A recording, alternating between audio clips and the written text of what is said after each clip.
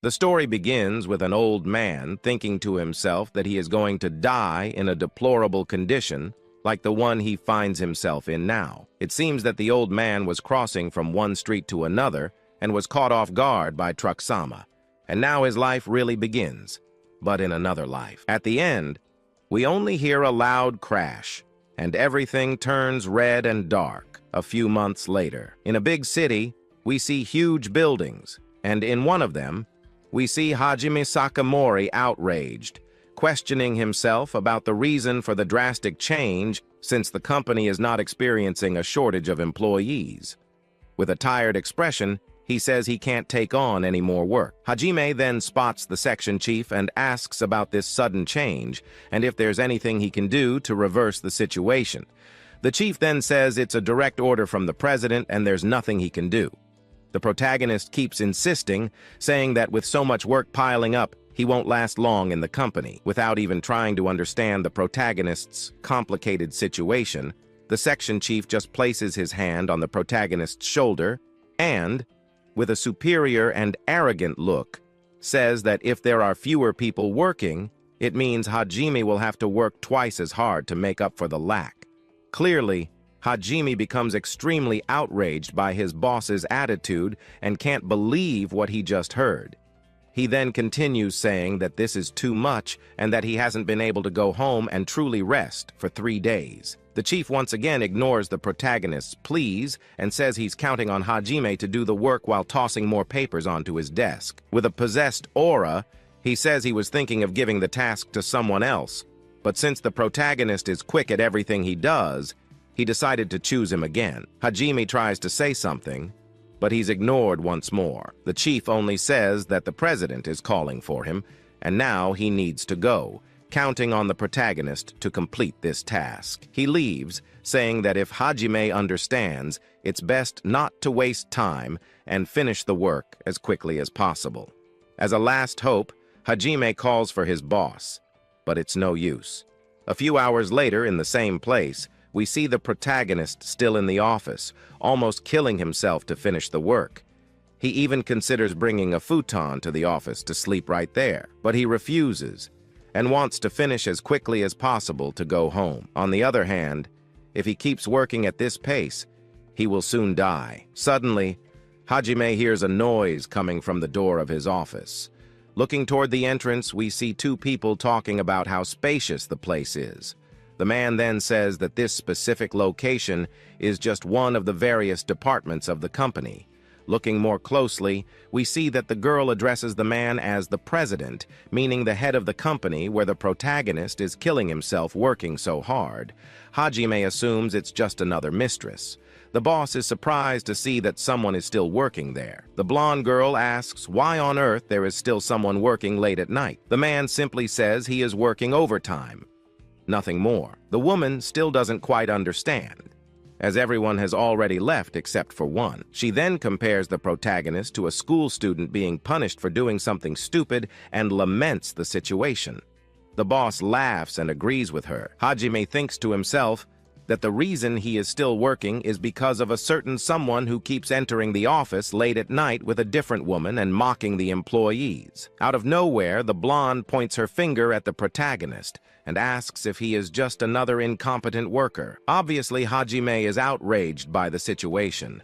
She then reiterates that everyone has already gone home and he is the only one working in a dark place alone, so he is considered a loser. The protagonist tries to justify mentally, saying the girl doesn't know what she's talking about because she hasn't put herself in his shoes, and the company's workload is far too heavy. The president, being just another sycophant to any woman, now with Eri, his new mistress, says that she has a sharp tongue and is clever. The clever one continues, saying to the boss that it would be interesting to fire incompetent employees, referring to the protagonist, because besides everything, he's a waste of the company's salary. The boss, obviously following the blonde's suggestion, then tells the protagonist that he doesn't need to come in the next day because he's fired. Hajime is completely shocked and can't believe what he just heard from his boss. He then stands up, trying to say something more, but is ignored. The blonde is ecstatic to see an employee fired live. The boss says it was sensational to finally fire a useless employee who was only holding the company back. He claims he did it for the company's well-being, something a good boss should always prioritize. The boss, along with Eri, announces their exit from the place. However, the protagonist is persistent and tries in every way to explain his version of the events. He says that he's in this deplorable situation only because of the high workload demanded by his boss, and if it weren't for that, the health of the employees and the company would be normal like any other. He concludes by saying that firing him for something he didn't do is an act of bad character. The boss doesn't care. Looking at the furious protagonist, he says he's busy and that a low-ranking employee like Hajime has no moral authority to speak to the boss. He calls him useless again. Before leaving, the president says that now that he has fired a useless employee, he will use the saved money to buy a new bag for the blonde. Hajime, in the background with his hand outstretched, tries to say something, but the words don't come out. The protagonist begins to enter denial, telling himself that the president didn't actually fire him, and that he just put on this whole show to act tough in front of his woman. The scene then cuts to the next day. We see the protagonist returning to his workplace. However, he is caught by surprise at the reception when he hears from the receptionist that he was fired from the company. He tries to say that all this happened suddenly and that it doesn't make sense. The man says again that it was an order from the president and that for someone who is no longer part of the corporation, there's no need to worry. Finally, the boss thanks the protagonist for the hard work every night. Hajime can't even react and remains paralyzed just listening to what his former boss is saying. The protagonist then finally returns to his home, where he spends some time finally resting and having the beer he wanted so much. Lying down, he says he has already lost count of how much time he spent trapped in his job, and now his house is covered in dust everywhere. With the little rationality left in the protagonist, he still questions what really happened at his job. Because even though he worked hard every single day without stopping, they fired him without any fair justification. And he still wonders, after all, if he is just another mass-produced item that was suddenly replaced. Already tired of all this nonsense, he lets out a soft sigh. The scene then shifts back to the city at night, and then we return to the protagonist's apartment, where we see that the situation is going from bad to worse. The place is full of trash everywhere. Meanwhile, we see that Hajime is completely broke, without money and full of debts. With a completely different appearance, he stares at his work ID and says he urgently needs a job. The protagonist, left with no choices, goes out in search of a new job. Along the way, everyone around him stares at him suspiciously. Soon, he spots a sign saying that just ahead, there is a job interview. At the location, we see that apparently, things didn't go very well, as the interviewer's reactions are far from the best. In the end, the protagonist collects rejection after rejection. Hajime still wonders if any place would still want him to work as just a normal human being. In the midst of his musings, he spots his former boss getting out of a car. Hajime wastes no time and calls him, but to his surprise, he is not greeted warmly. The boss then goes crazy and yells, saying that since the protagonist left, the department has been a mess and now they are full of problems. He even asks what Hajime is going to do about it. Obviously, the protagonist is surprised to hear such absurdity from his former boss, as if nothing had happened. So he explains that he was fired, and in the end, he had no choice, since the president just kicked him out of the company. Suddenly, we see the buck-toothed man step out of the car, complaining about the noise outside the vehicle.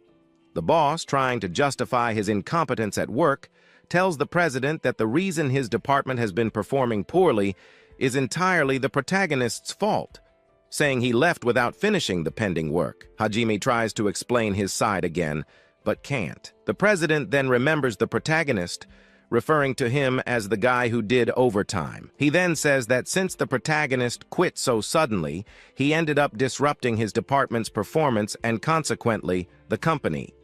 The buck-toothed man says he will forgive the protagonist for what he did. However, if he doesn't agree to return, he will sue him for damages.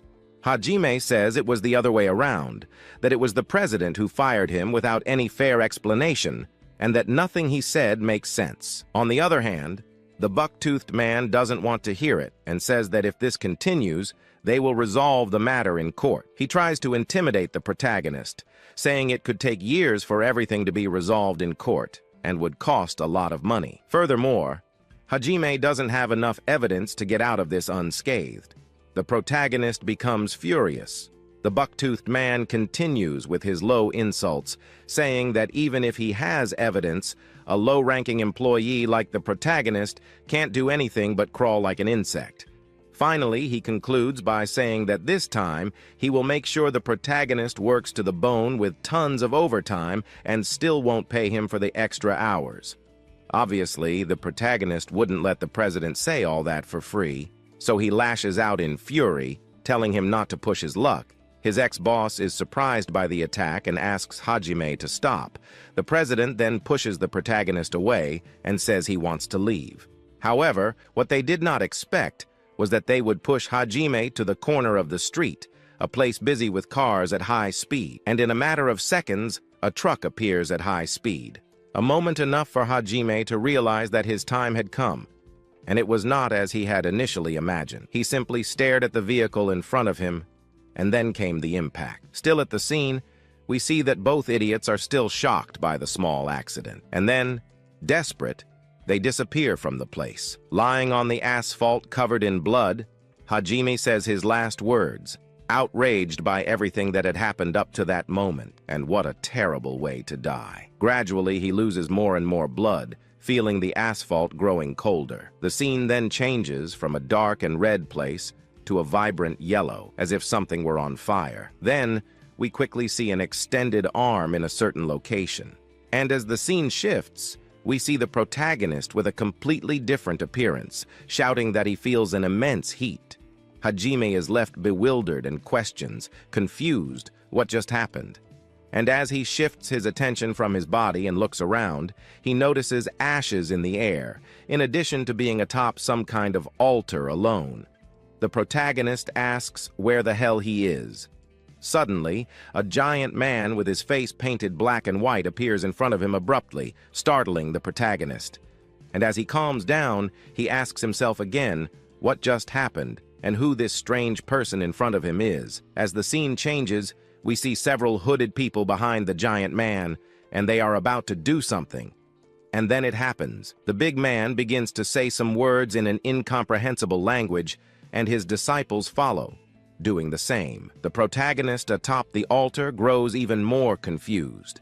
And as Hajime pauses to think for a moment, he starts to connect the dots. First comes his possible death, since after being hit by a vehicle, it was impossible for him to still be alive. Then he wakes up in a completely different place with people speaking an unknown language. He tries not to believe it, but everything indicates that yes, he was reincarnated in another world. Then we see the protagonist still seated in the temple, and a huge silhouette appears in the background in the midst of a dense forest. Observing the strangers in front of him, they are all kneeling and trembling. Hajime, not understanding anything, decides to look back. And only then do we see why the strangers are so terrified.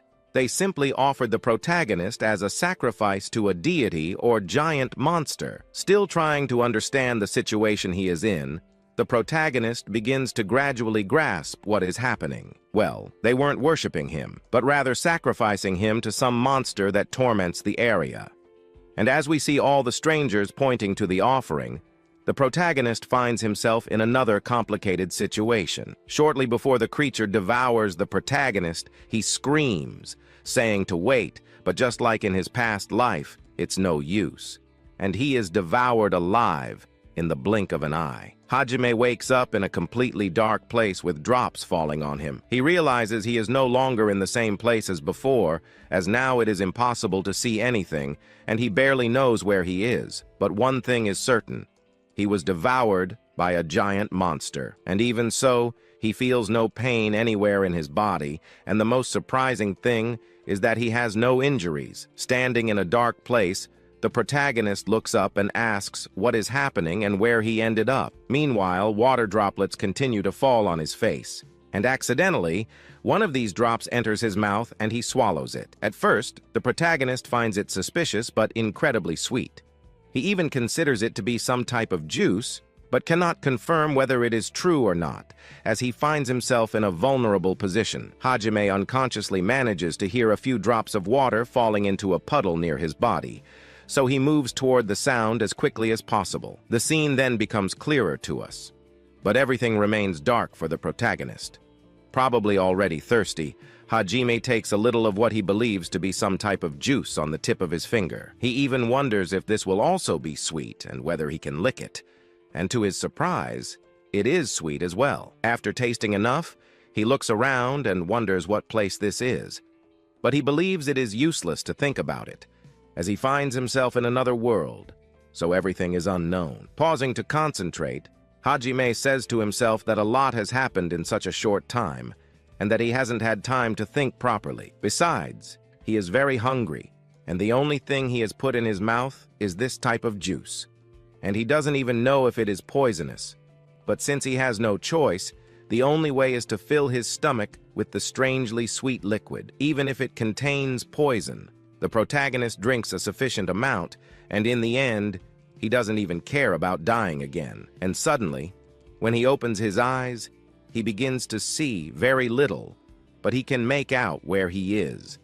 The place is enormous and full of puddles with strange liquid. The protagonist, sitting, is surprised and questions why he suddenly regained his vision in the dark. Knowing this, he takes more of the sweet liquid and starts ingesting more and more without stopping. And within seconds, his vision returns to normal, or almost, as the place still seems more like a poorly lit room. Looking around, Hajime realizes that he is now inside the stomach of the monster that swallowed him not long ago. The protagonist notices that the monster's stomach is a bit smaller than a gymnasium, but still immense.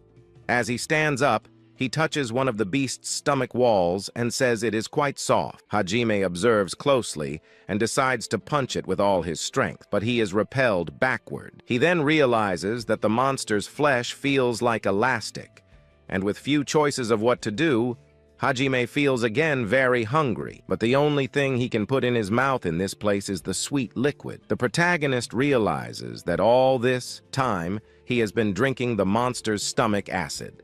So, in another situation, this could have been fatal for his stomach. Regretting what he did, Hajime says that now is not the time to deny what just happened and is grateful that at least his vision has returned to normal. And he laments again, wishing he could eat something decent. He then begins to walk aimlessly inside the monster and suddenly hears the sound of something falling. Hajime then turns around and comes face to face with a type of jelly shaped like a drop.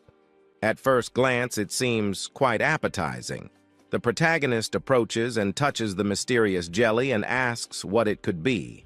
Without much hesitation, he picks it up and says where it came from. Looking more closely, it resembles jelly in the shape of meat, but also looks like blood vessels. And again, his stomach makes a thunderous noise demanding food. Staring at the jelly and salivating, the protagonist is torn between eating it or not. But all he can think about is putting it in his mouth and seeing what might happen, as it seems quite edible. And since he drank a strange liquid before and nothing too bad happened, besides having his vision restored, it's worth the attempt. Hajime wastes no time and devours everything as if there were no tomorrow. And at a certain point, he starts chewing slowly, savoring the strange flavor, and it is incredibly tasty. At first, it has a bounce and a wonderful texture, very satisfying to chew. It feels like eating meat, and soon it begins to melt in his mouth. Finally, a juice of some fruit or meat broth adds the final touch.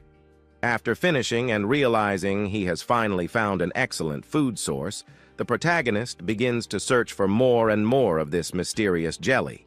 And so, several days pass, and as in any situation, staying in one place for too long, boredom starts to come on strong. Hajime has been doing the same things for a long time, and he is growing increasingly tired of everything he has seen so far and wonders what will come next to surprise him. And in a few seconds, a thunderous sound is heard coming from somewhere.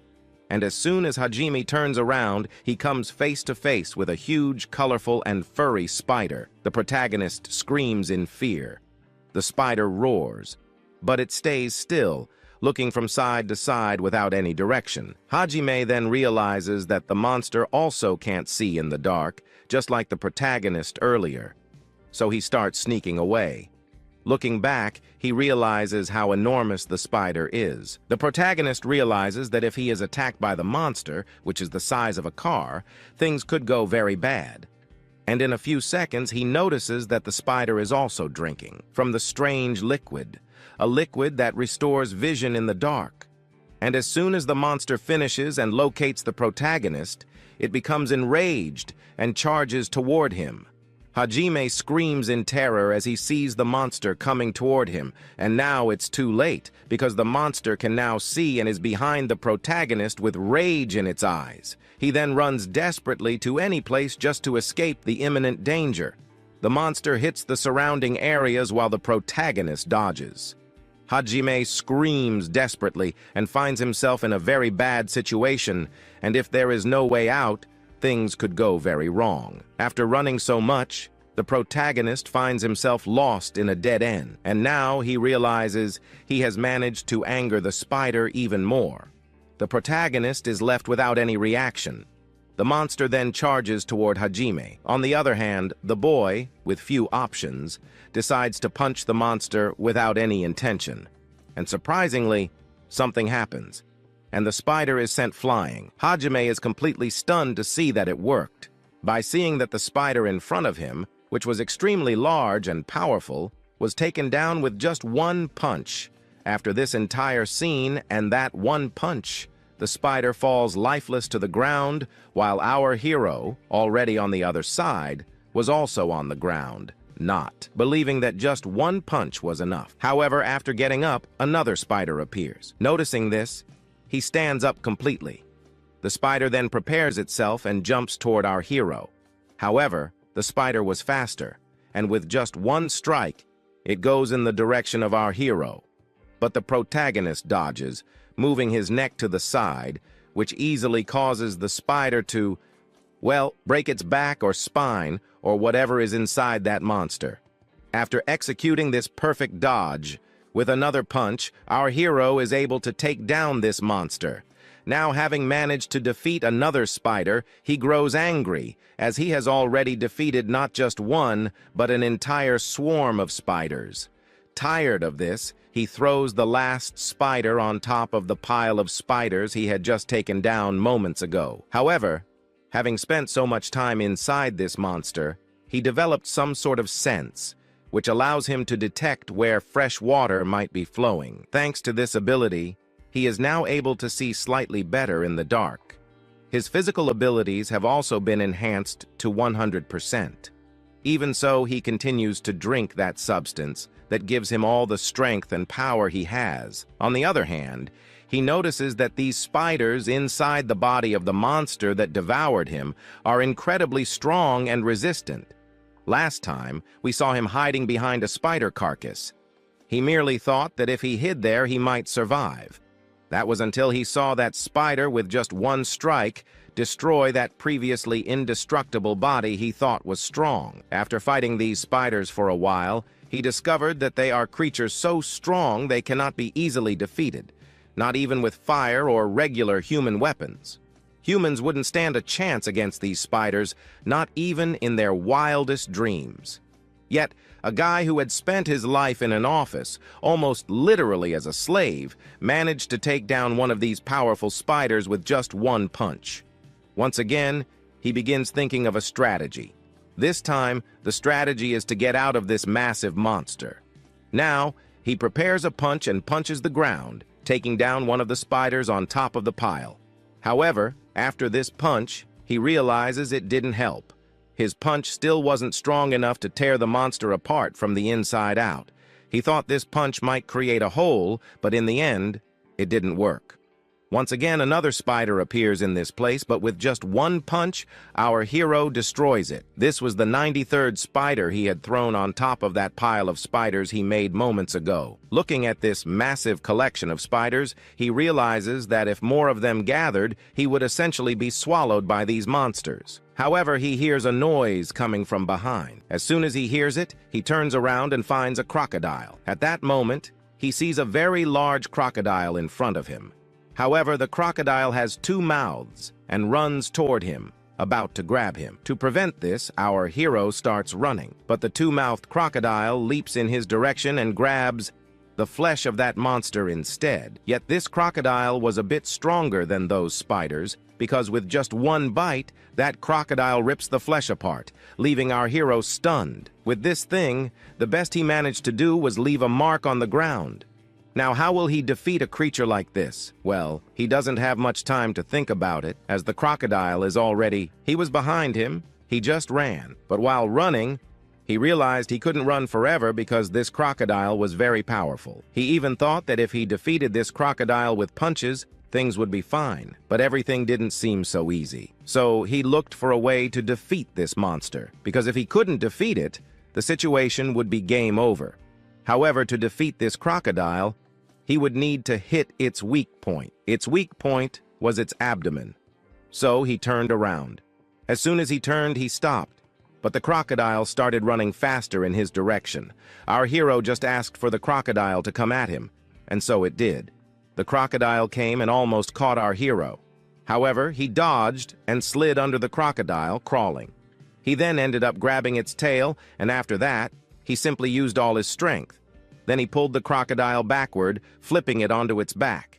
With that, he finally had the chance to finish it. The moment was now. Jumping forward, he landed facing the crocodile, and now, face to face, he punched the crocodile's belly. That was enough for the crocodile to die. Well, not so soon, as the creature still squirmed on the ground. To finally end its suffering, our hero raised his hand again and once more punched the crocodile's stomach. Finally, the crocodile ended up being defeated and completely destroyed. After half an hour, he was somewhat exhausted.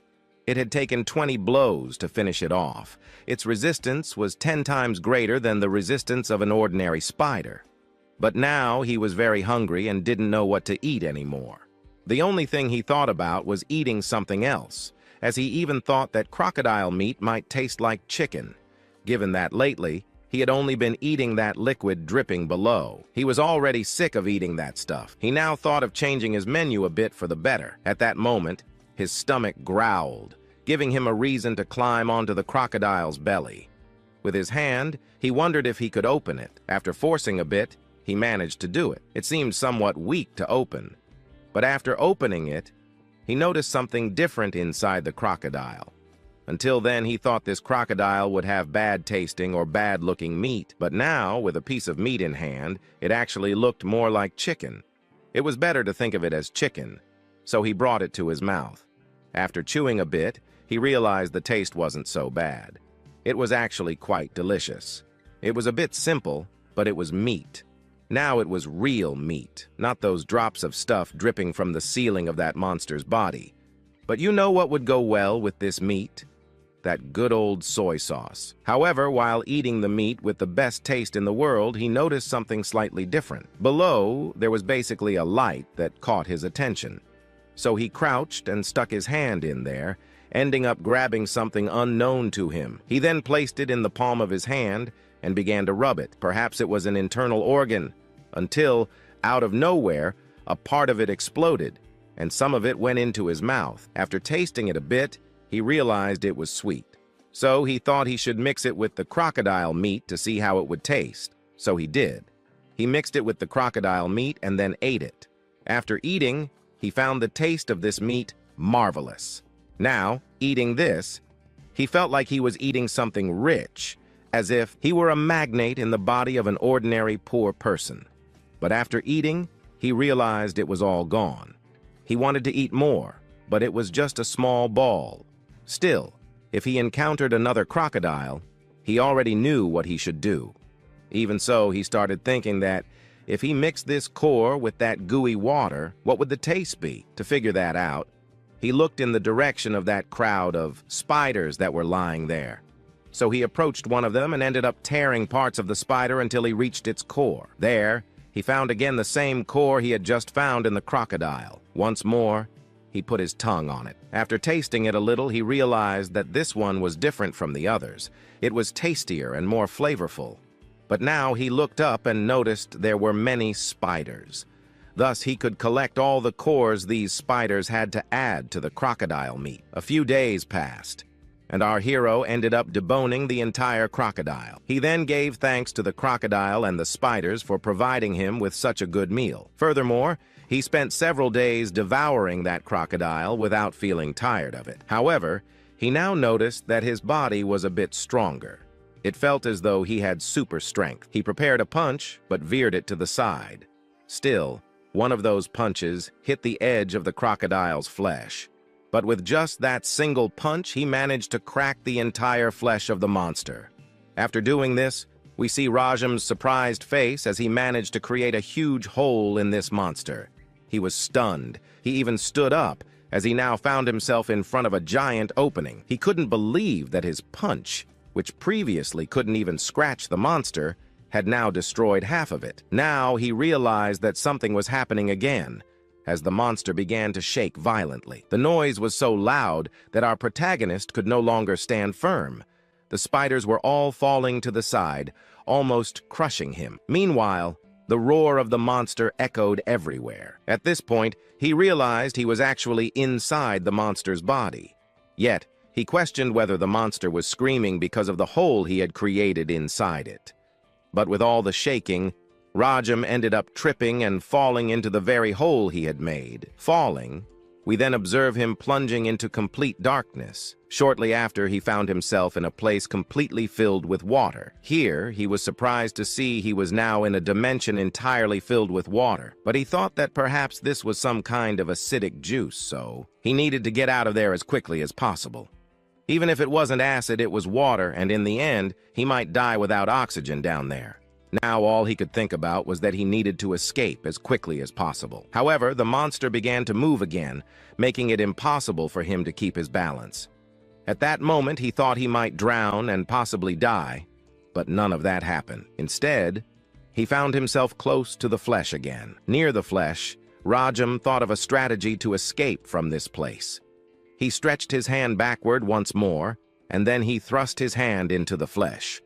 Doing so, he somehow managed to drain all the water that was there, throwing it outside to a place, who knows where, perhaps somewhere safer. He found himself suspended in the air, happy that he had managed to escape a situation where he could have died. Now, he just needed to relax. Soon after, he also needed to think of plans to escape from this place, given that in the previous minutes, with just one punch, he managed to create a crack inside the body of that monster, so he thinks about doing the same thing again. Now preparing a powerful punch, he ends up kind of saying that he is managing it and that he will get out alive. Then he punches again at that flesh in front of him, but now he finally achieves what he wanted so badly. He managed to create a crack, but at that moment his hand, which was trapped, somehow ended up escaping, and in the end, he was thrown to the depths, to a completely unknown place. However, this place ended up leading him to a crack that allowed our hero to finally escape from that dimension or from inside that monster. Once outside, he can hardly believe that he finally managed to escape. Well, his plan didn't fail in the end, and now he is out in the air. He thinks everything is upside down, or maybe it's just his head spinning. But no, he was truly in the air. Minutes later, we see a beach. He is waking up, opening his eyes, and realizes that everything is now clear.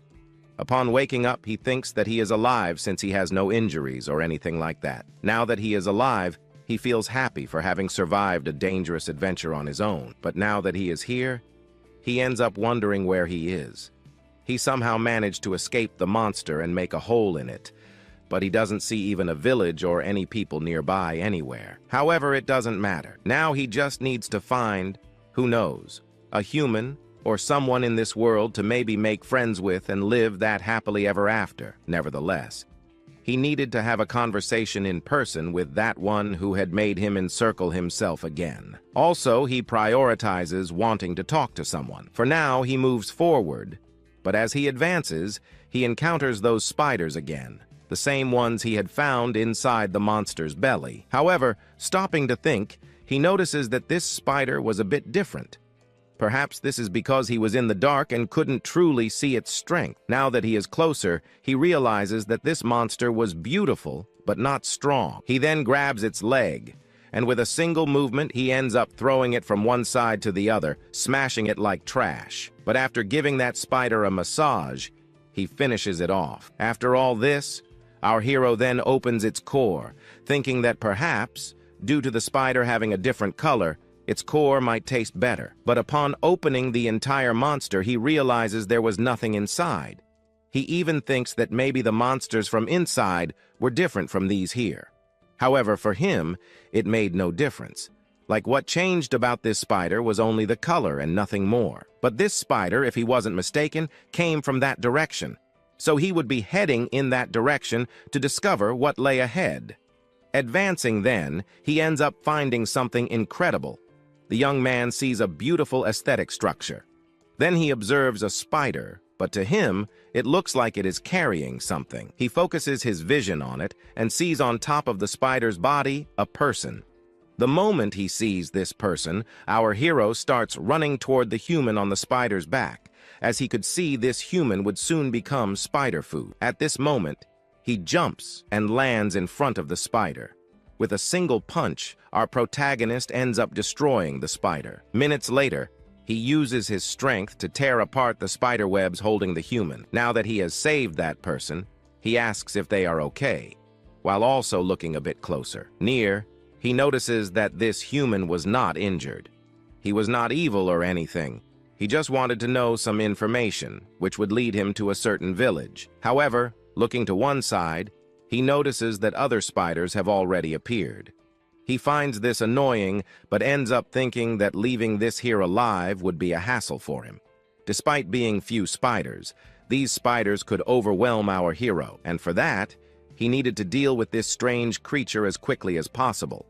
The spiders leap in his direction, and our hero prepares a punch. With that, he begins fighting the spiders, knocking them down one by one. After nearly defeating all the spiders, he thinks it's all over until another one appears and lands a hit directly on our protagonist. The protagonist ends up being thrown backward. After being thrown back, he gets up minutes later and sees that now there were many more spiders. Now the spiders were close to that human. He asks those creatures to leave his guide alone and to keep his guide alive since he had finally found one and didn't want to lose it by any means.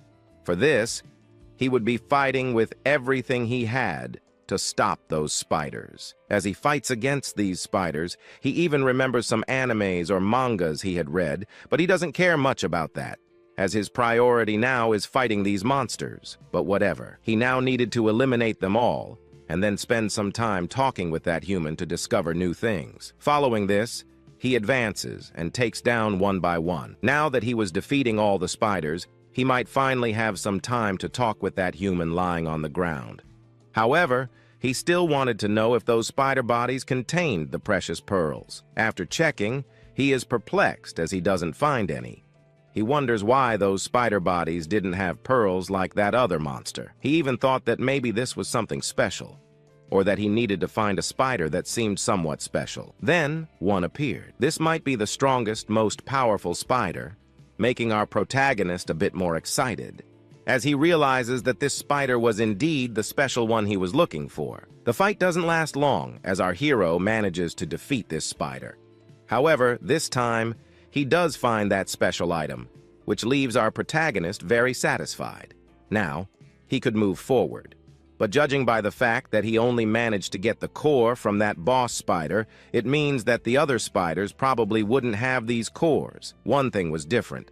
The small spiders were much faster, but on the other hand, the boss was a bit slower, which helped our hero defeat it more easily. However, this might be the reason why the boss spider had that core, while the regular ones did not. In the end, the fight was somewhat tiring but manageable for him. Out of nowhere, a mysterious shadow approaches him. He then turns to the side where he finds that same human from before. The man gets close to our hero and thanks him for saving his life. At that moment, he asks if the man is okay after waking up. Now that he's awake, the man asks if our hero had gone out to look for monsters like that. But no, he says he was just out looking for some help. In the end, he came across that monster. Still, the man wonders what kind of help he was seeking. He even remembers searching for an adventurer or something like that to help him. However, he looks back, seeing the dead spiders. He even thinks our hero was a powerful adventurer. But no, he was just an ordinary guy looking for a normal life. Then he starts to explain some things. In his village, out of nowhere, monsters began attacking, and because of that, they were completely destroyed.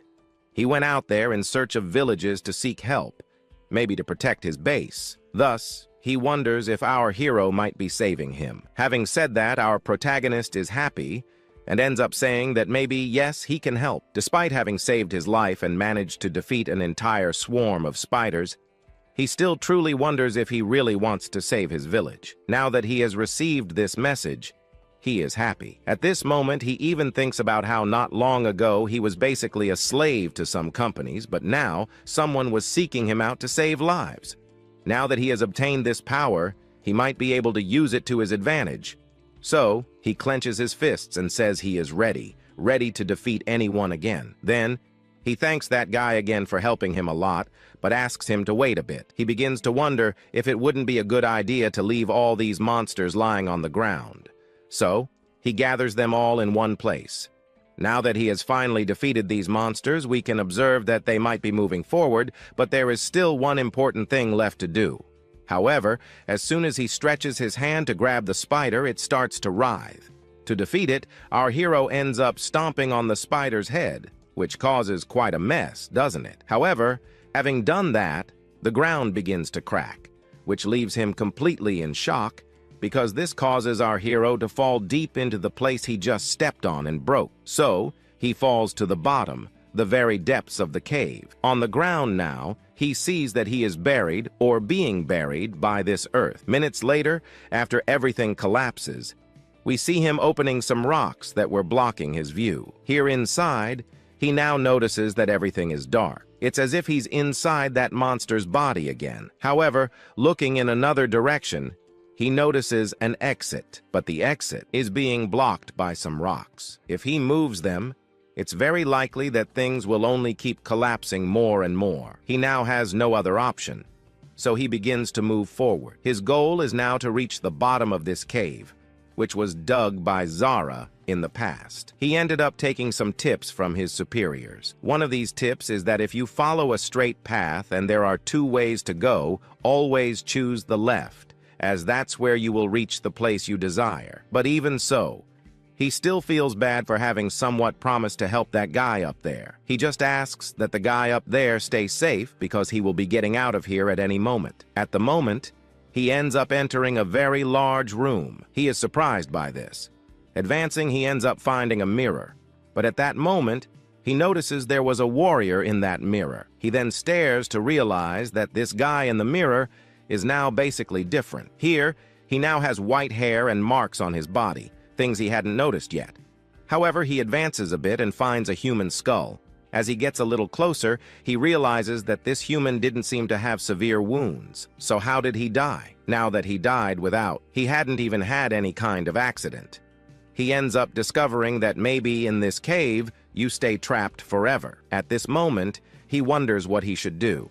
He even thinks of becoming a scorpion because, like a scorpion, he could pass through the cracks in the rocks and, in the end, manage to escape from this dungeon he got himself into. But in the end, he sets this idea aside because, in the end, he could suffocate in the rocks, or maybe they would crush him. Now, looking to the other side, if he stays here, he will die just like that other guy. Until then, he notices that in his hand there was a book. With the book in hand, he begins to read what was inside. Maybe he would find something useful, but upon picking up that book, he realizes that the text, everything written there, was basically Japanese subtitles. It was as if someone had printed a book and put it here, this book that he was now holding and reading. But in the end, he thinks it was just an ordinary book. Until then, he finds a page that described how to use magic, which makes him happy. But he wonders how a Japanese book could be teaching him to use magic. However, he ignores this because in this world,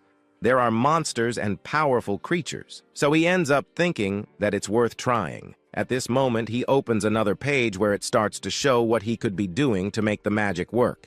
As he goes further, he sees a page that says, "The qualities of mages are something you can easily achieve, like staying a virgin for over 30 years. At this moment, he freezes and ends up thinking that this magic was, who knows, some cheap magic. Why would someone want to become a mage just because they reached 30 years and didn't do that thing? He throws it on the ground, still thinking that this book was mocking him. Well, now he doesn't care about this anymore, because maybe he thinks that the inhabitant who lived here was living in madness. But he was surprised to see that still in this book, there were some things written that only he could understand in his language. However, he continues to read. Well, he wanted to find some way to maybe get out of this cave. However, the book's translation was endless. But even so, the guy did a great job. Nevertheless, our hero was looking for powerful magic. However, he doesn't find it, which makes him in the end tear the book completely. Now that he tore it, he starts to laugh and feel happy. But in the end, he comes to the conclusion that he made a mistake and wasted time here reading this book, until the moment when one of the pages falls to the ground. As soon as it touches the ground, magic suddenly starts to activate. Our protagonist then finds himself inside a circle. He gets scared to see that something had really started to happen now. Chapter 5 begins as a recap of the final moments of the previous chapter. The protagonist, walking in a strange place, finds a peculiar book near a corpse. Curious, he picks it up to examine it. But to his surprise, on the first page, it is written to forget everything and destroy it. The protagonist, irritated, says there is nothing important and that it didn't help him at all. But even so, those were powerful words. And so he obeys what was written and tears the book into 1,000 pieces. In the end, he lets out a funny laugh, boasting about his great deed. But he soon realizes that tearing it apart didn't help at all. Still indignant and not paying much attention to his surroundings, one of the small pieces of the book's page falls slowly to the ground. And suddenly, a strong blue flash emanates in the place. Not only that, the flash forms a huge symbol around Hajime, who is caught by surprise. He is soon completely lost, wondering what just happened. The light is so intense that he can barely keep his eyes open. And just like Discord's light mode, everything becomes impossible to see because of the glare. In a few seconds, the protagonist regains his vision, but realizes something is wrong, because right in front of him, he sees someone lying on the ground. Hajime tries to strain his eyes to see better, but it's no use. His vision remains blurry. However, it doesn't take long for him to become aware of his surroundings and come face to face with an unknown person. Naturally, the protagonist is both impressed and surprised to see someone. The girl, sensing the protagonist's presence, is also surprised. She says she didn't expect to see a human so soon since it's a rare occurrence. The girl then pays closer attention and understands the situation, even sensing the protagonist's unusual presence. On the other hand, Hajime is left speechless. The strange girl then sits facing the protagonist and says his actions were completely unexpected and that she never thought a human would do such a thing. The scene then becomes panoramic, showing both characters staring at each other without saying a single word. It doesn't take long for the protagonist to understand the situation and refer to the girl as someone important. She then adds, saying she is a goddess. After that, Hajime is left utterly confused and surprised to see a goddess suddenly, especially in the current situation. The goddess tries to explain in a way that leaves no room for confusion. She decides to say that she is basically the author of the book the protagonist tore into 1,000 pieces a few minutes earlier. The girl concludes by asking if what she said makes more sense now. Hajime organizes his thoughts and remembers that after tearing the book apart, an immense glow invaded the place. and then he ended up in an unknown location. So he believes that the book's creator would obviously be present in the place, but he cannot believe so easily that this girl in front of him is a goddess, or the creator of the book. The goddess asks the protagonist if her description has become more believable. The protagonist switches to serious mode and, holding his chin with one hand, says that if the girl were an old, wise man, skinny, muscular, and bearded, it would be easier to believe. The goddess understands and mutters something. The protagonist does not understand. Suddenly, the scene changes, and we see the goddess snapping her fingers, and then some kind of magic begins to echo through her body.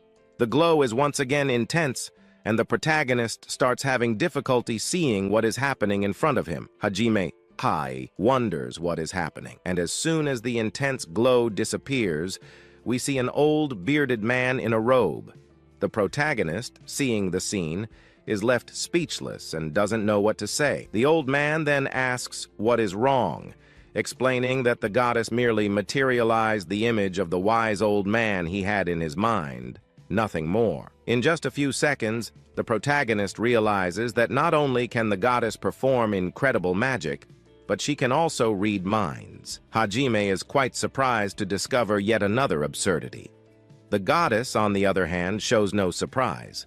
On the contrary, she says that what just happened was a simple change of attire, and that's what a goddess does. Simple. Hajime doesn't want to hear it and yells, saying it's impossible, refusing to believe what he just witnessed. The goddess, trying to prove her point, realizes that the protagonist is one of those who find it hard to believe in something easily and appears to be quite stubborn. As a last resort, the goddess decides to appeal to the protagonist's instincts. Suddenly, she begins to emit another intense glow and disintegrates into small pieces, as if she were paper. In the end, she says the process will be painful. Hajime starts to feel something strange happening to his body as he becomes completely immobilized and trembling. For a moment, he wonders what is happening, but he has no time to think. Gripping his chest tightly and his legs shaking, he can barely remain standing. Falling to his knees on the ground, Hajime feels a crushing and almost suffocating pressure permeating his body. He soon wonders if he is feeling fear, but he doesn't believe it. Yet one thing he is sure of is that it feels as though he is being crushed by his own strength. Still kneeling, the protagonist says he can't endure this situation and just wants to escape this cycle once and for all. After a while, a sound is heard, and everything returns to normal. Hajime, still on the ground, cannot believe what just happened. Only then do we see the goddess in the background, telling the protagonist if he now believes in the situation he's found himself in. With the little strength he has left, he manages to stand up and finally says that now, yes, he believes in the goddess, and that it is something unbelievable. The goddess, satisfied, tells the protagonist that she saw a lot of honesty in his words. She adds, saying that he only ended up where he is now because he tore the book. If he hadn't done that before, he'd probably be lost somewhere else. Realizing what the goddess said, Hajime wakes up and shouts, remembering the book. He asks the goddess what exactly happened, and as if she didn't care, the goddess makes a funny face and says it was a joke. The protagonist, obviously not understanding anything, responds to the question with another question, recalling what happened moments before being teleported to another place. The goddess asks what he thought when he saw the old book lying on the ground. Hajime says he thought it was part of an evil spirit's plan. The goddess asks again, if no one else appeared before him, why didn't anyone else tear the book apart? Clearly, besides the protagonist. Looking at it from another perspective, Hajime is right, since someone from this fantasy world clearly wouldn't dare to simply tear up the book. But with someone from outside, the story would be different. And just the fact that the person who died near the book had the patience to decode Japanese makes one think it must have been something of great value. And because it's something rare, people wouldn't destroy it impulsively. If it were a Japanese person who understood the meaning of the decoding, it would be easier to grasp the joke behind it. The goddess, with a serious expression, tells the protagonist he's right. Someone from this world wouldn't act impulsively. But it doesn't change the fact that, in the end, the translation was a kind of game.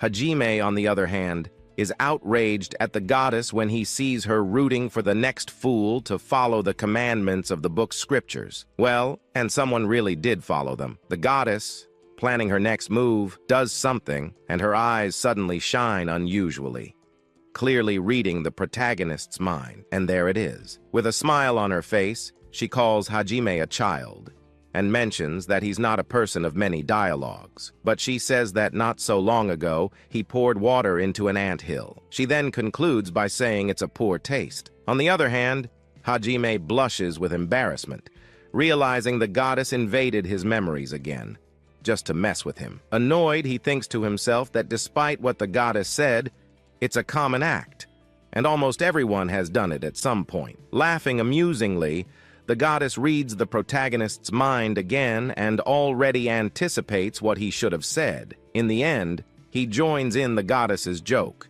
With few choices, the protagonist gives in. The goddess, on the other hand, gets annoyed and calls him cute. With an indifferent expression, Hajime says nothing. The long-haired blonde girl finally says something interesting. She mentions what kind of power the protagonist would like to have. Not understanding much, he asks what kind of power, and if she's talking about magic or something like that. The goddess says yes, but it makes no difference. But since the protagonist didn't reach a conclusion, she'll offer him magic. Hajime, on the other hand, is going with the flow, and he says the goddess is far too casual. And again, as if she didn't care, she makes a funny face with a smile that says she's up to something. The goddess then says it's a very old trick that always works. Just take an old diary, and after 10 years its content will seem intact and new. The protagonist, in a way understanding the hint, shouts angrily, telling the goddess not to dig up any more of his past embarrassments. The girl just gestures and says humans are too complicated. With the decision to obtain some kind of power, Hajime tells the girl he wants the power of magic. The girl, making a serene expression, grants the power to the protagonist. And now that the protagonist has gained new power, the goddess tells him to enjoy it and run a test, as it's a rare chance for this to happen again. Confused Hajime, she asks what the test would be. The girl adds that even though the previous tests were a joke, even under strict conditions, he managed to pass, and that's why the goddess will give him one last chance. If the protagonist wins one more game, he will gain double the power, far beyond what he gained just by tearing the book. Obviously, Hajime found it quite generous of the goddess, but he asks what could happen if he fails. The goddess says not to worry because even if he fails, there will be no punishment and he will at least receive the power for having torn the book. On the other hand, Hajime doesn't have much choice but to accept the challenge. And with clenched fists, he accepts. The goddess then agrees and adds that people should accept the goodwill of others without hesitation. The protagonist tells the girl that she is a goddess, so that doesn't apply to her. She laughs and says she likes the exchange. And without much ado, the goddess starts, so as not to think too much because it ruins the fun. She then concludes by saying she will go easy with the questions. The first question is, if the protagonist could choose only one thing to take to a deserted island, what would it be? Hajime makes a surprised expression, and after thinking for a bit, he answers by saying he would prefer to take a cell phone with unlimited battery and unlimited internet access. And he asks if the goddess understands what he means. She then says he doesn't even need to say it out loud because she can read his mind, and so it is done. In the space that fills them both, a yellow glow emanates from the goddess's hand, and suddenly, a cell phone appears out of nowhere and lands in the protagonist's hand, who looks at it intently and seemingly surprised. In the end, the goddess tells Hajime that the test is simple. The longer he survives in the isolated place without giving up, the more power she will grant him. The scene changes, and we see a male body covered in muscles and power. Judging by the premise, the protagonist will obtain the power he desires. Hajime then understands the goddess's message and accepts the test. She then wishes him good luck and, with a charming smile, disappears like lightning. Within seconds, Hajime loses sight of everything because everything turns white, and after a while, he opens his eyes. he realizes he is in a huge blue space that seems infinite in size. Hajime wonders if this would be the deserted island. After walking a bit and feeling the breeze in the area, he starts to find it incredible because it's a vast space, if not infinitely white. Thinking about it, it seems like something out of an experiment, like the Truman Show, if you know what I mean. Soon the protagonist notices he received a cell phone from the goddess, so he decides to take a look. And as soon as we see the screen, it's clear that the battery is indeed infinite, as is the internet. He then decides to take another closer look because the internet is already connected, and it seems possible to play games too. The protagonist says to himself that just with this perk, he could stay there forever without worrying. The scene changes, and we then see him lying somewhere playing some action platform game, apparently having a lot of fun. He has quickly made himself comfortable in the place. After some time playing, he decides to take a nap to recharge his energy. And so several hours, if not days, pass. Then we learn that the protagonist continued playing for several days without stopping. During this time, he managed to finish practically all the Dragon Quest games. Furthermore, he maximized all his characters to the maximum level. In the end, the protagonist says he must have already lost count of how many times he has played the same games. As a bonus, he doesn't feel hunger, thirst, or the need to go to the bathroom. In other words, he is in a NEET paradise. That's why he can play as much as he wants. Next time, he plans to watch all the series and movies on Netflix.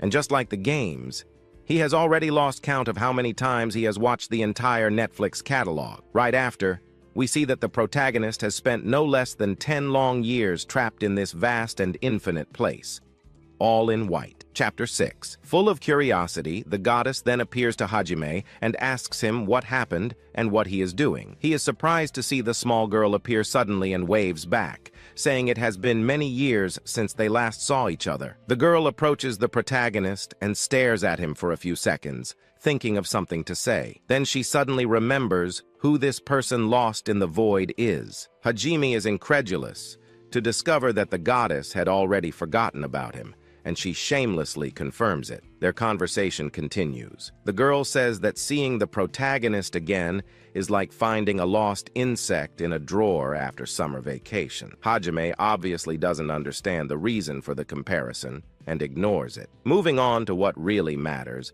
the goddess asks the boy how long he has been alone in that place.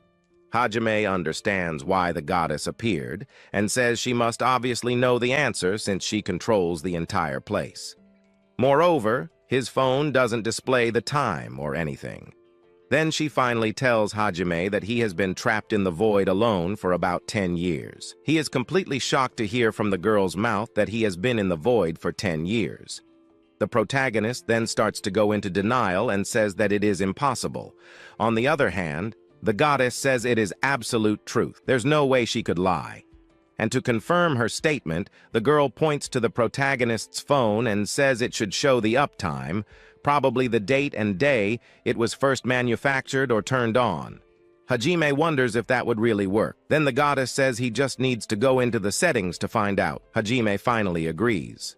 The girl understands the protagonist's side and says that having been alone for so long with only his phone in hand, he must have developed some kind of attachment to it. Well, Hajime just confirms that it's true. A few minutes passed, and the boy finally managed to access the settings on his phone. After fiddling with it a bit more, he finally finds it. He is surprised to see that the time is in hours and not in days or years.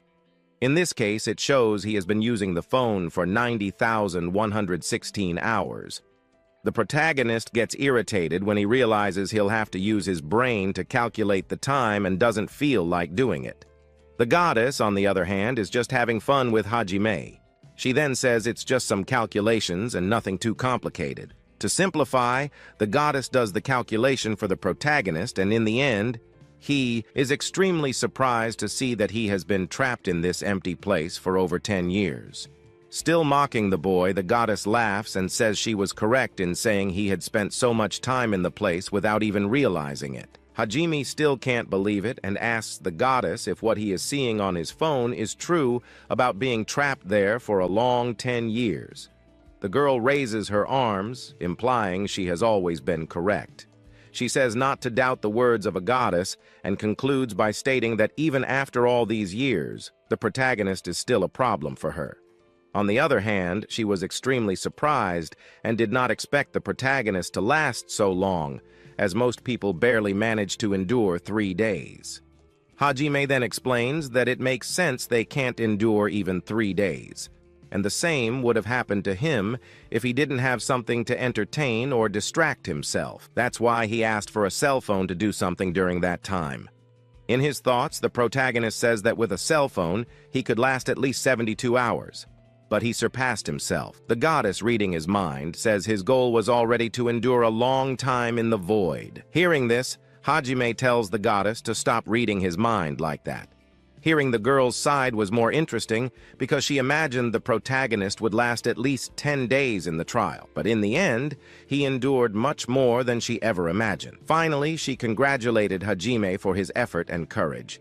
The boy was left confused, but the goddess said he had successfully completed the trial. On the other hand, Hajime tells himself that he was just calmly playing on his cell phone all those years, so he found it too easy. The girl, reading his mind again, says it's okay. Once again, he tells her to stop reading his mind so freely. Now that everything is resolved, the goddess asks the protagonist what kind of magic he wants to use.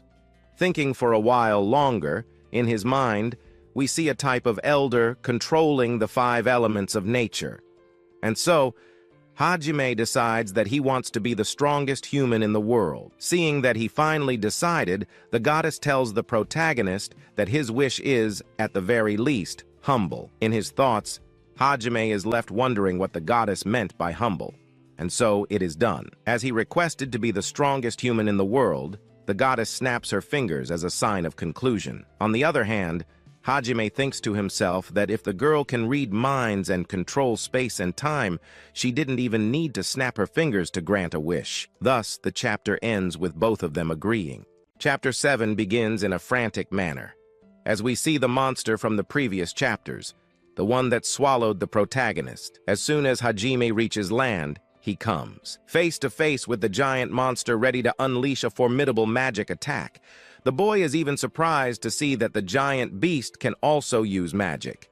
And without a second thought, it attacks the protagonist with full force, with a huge explosion in the background. Hajime manages to dodge the attack and wonders what just happened. But he remembers the goddess's words and her request, which was basically for him to become the strongest human in the world. This obviously restricted him, making him the strongest human, but in relation to monsters, he would be an ordinary human, as the request only applied to other humans and not all beings. Finally, the boy understands his situation and, in a way, feels excited. Meanwhile, in the background, the imposing beast roars loudly. The scene continues with the monster. However, now it appears irritated by something. On the other hand, the protagonist is already far from the beast, merely observing. He then cannot understand why the monster is making so much noise and compares it to a child throwing a tantrum in a sandbox. For a moment, he thinks the giant creature is fighting another beast. Hajime still feels hesitant. Even as the strongest human in the world, he is unsure if he should get involved in fights between giants. In the end, he decides to wait a bit longer to see where his powers will take him. Meanwhile, in the background, we see the giant monster still tirelessly searching for something, until suddenly it strikes some kind of structure, shattering everything into tiny pieces. Hajime, seeing that the beast has destroyed what seems to be the roof of a house, doesn't stay still and runs toward the monster with full force, crossing plains and small mountains at maximum speed. In a split second, he turns to the side and comes face to face with a lost boy. He quickly asks if the boy is okay, and only then does Hajime discover that it is the same boy he encountered earlier when he was in danger. The boy, not understanding much, merely says that he is happy to have found Hajime safe and sound. and that he is glad to see him again. The protagonist only says that somehow he managed to escape the danger. Hajime then realizes and asks the boy, "So that's why you found me, to ask me to protect your village?" Well, with the monster completely out of control in the background, the boy responds affirmatively. He was returning home, like any other day, but suddenly came face to face with a giant creature destroying everything in its path. Before the monster actually reaches the village, Hajime plans to confront the beast to stop it. Meanwhile, the protagonist asks the boy to return to his village and evacuate everyone as quickly as possible. And so, he disappears in the direction of the monster, leaving the boy alone. The scene then shifts back to the monster, which is in the exact location where the protagonist was swallowed a few chapters ago, near the sacrifice sanctuary. In the background, we see the area around the beast engulfed in flames.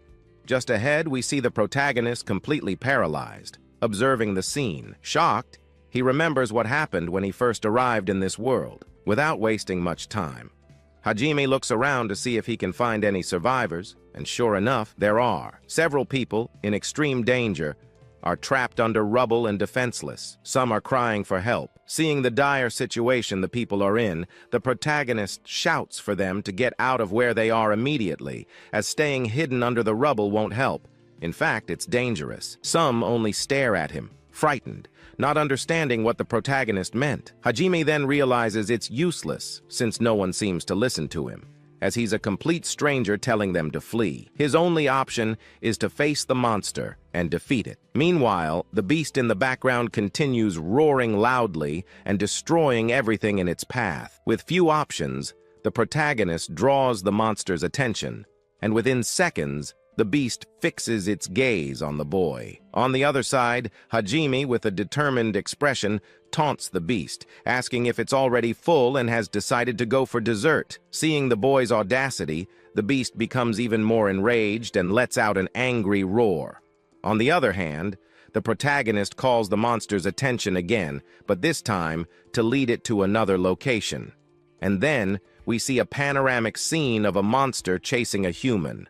Once they are far enough away, Hajime says they must be far enough from the village now.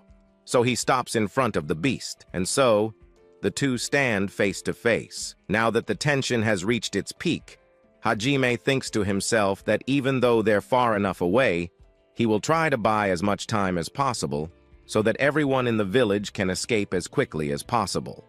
Within seconds, the monster makes its first move, and with its giant hand, tries to hit the protagonist, but he easily dodges backward. Taking advantage of the monster being relatively slow, Hajime runs toward the beast at full speed, and when he gets close enough, he lands a punch with surreal power on the creature's face.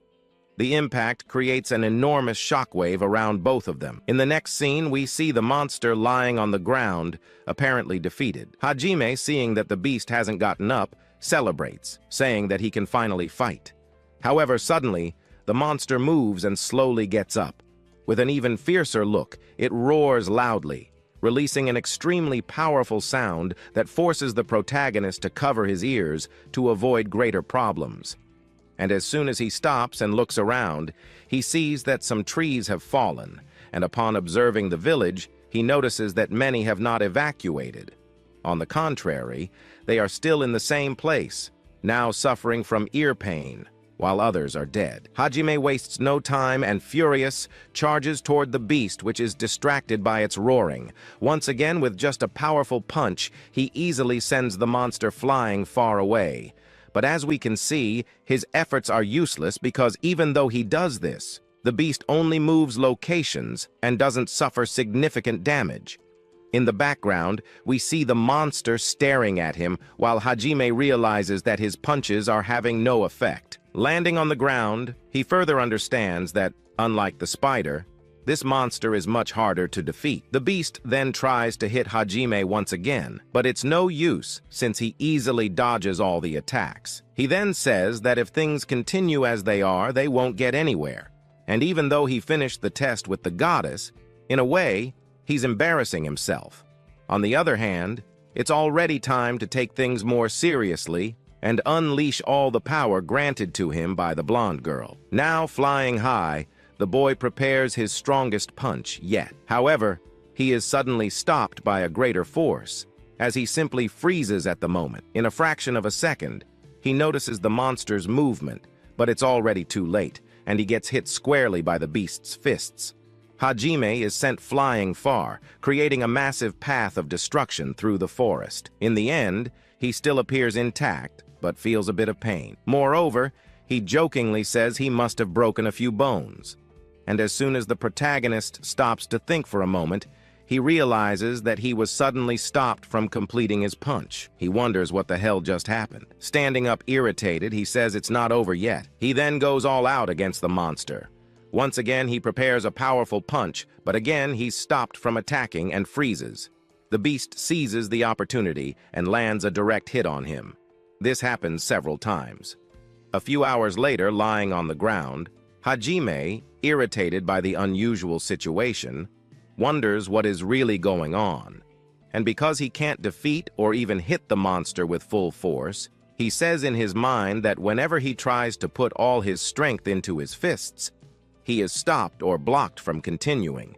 And even if he spends years doing the same thing, he cannot leave where he is until everyone in the village has evacuated.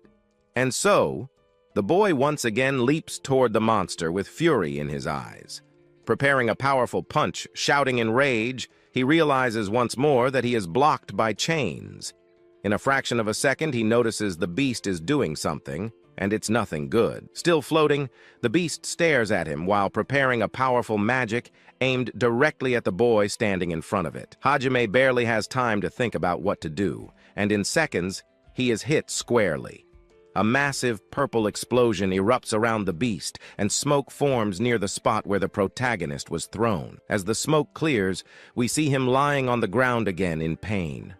Frustrated, he says that the beast predicted he would freeze and took advantage of the moment to launch its magic. Still on the ground, with a nervous smile, Hajime realizes that if he can't attack with his powerful punch, what should he do? Stay like this for another 10 long years? Clearly, that's not an option. Suddenly, a short goddess appears in front of the protagonist with a shameless expression and immediately apologizes, saying she was wrong. The boy notices the girl's presence. She then says that instead of stopping to explain what's happening to the protagonist, she'd rather show him right away. She grabs the boy's hand, and an enormous source of magic surrounds them both. In mere seconds, a massive yellow lightning bolt rushes toward the monster, giving the beast no time to react. It is struck directly, evaporating into the air as if it were ashes.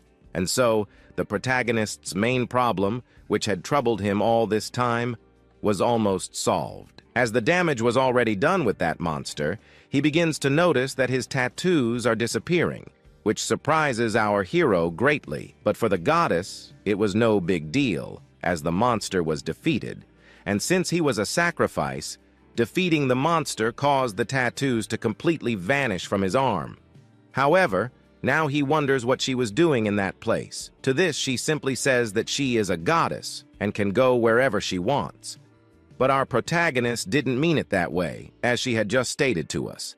She begins to explain 3 reasons why he couldn't fight and use his powers.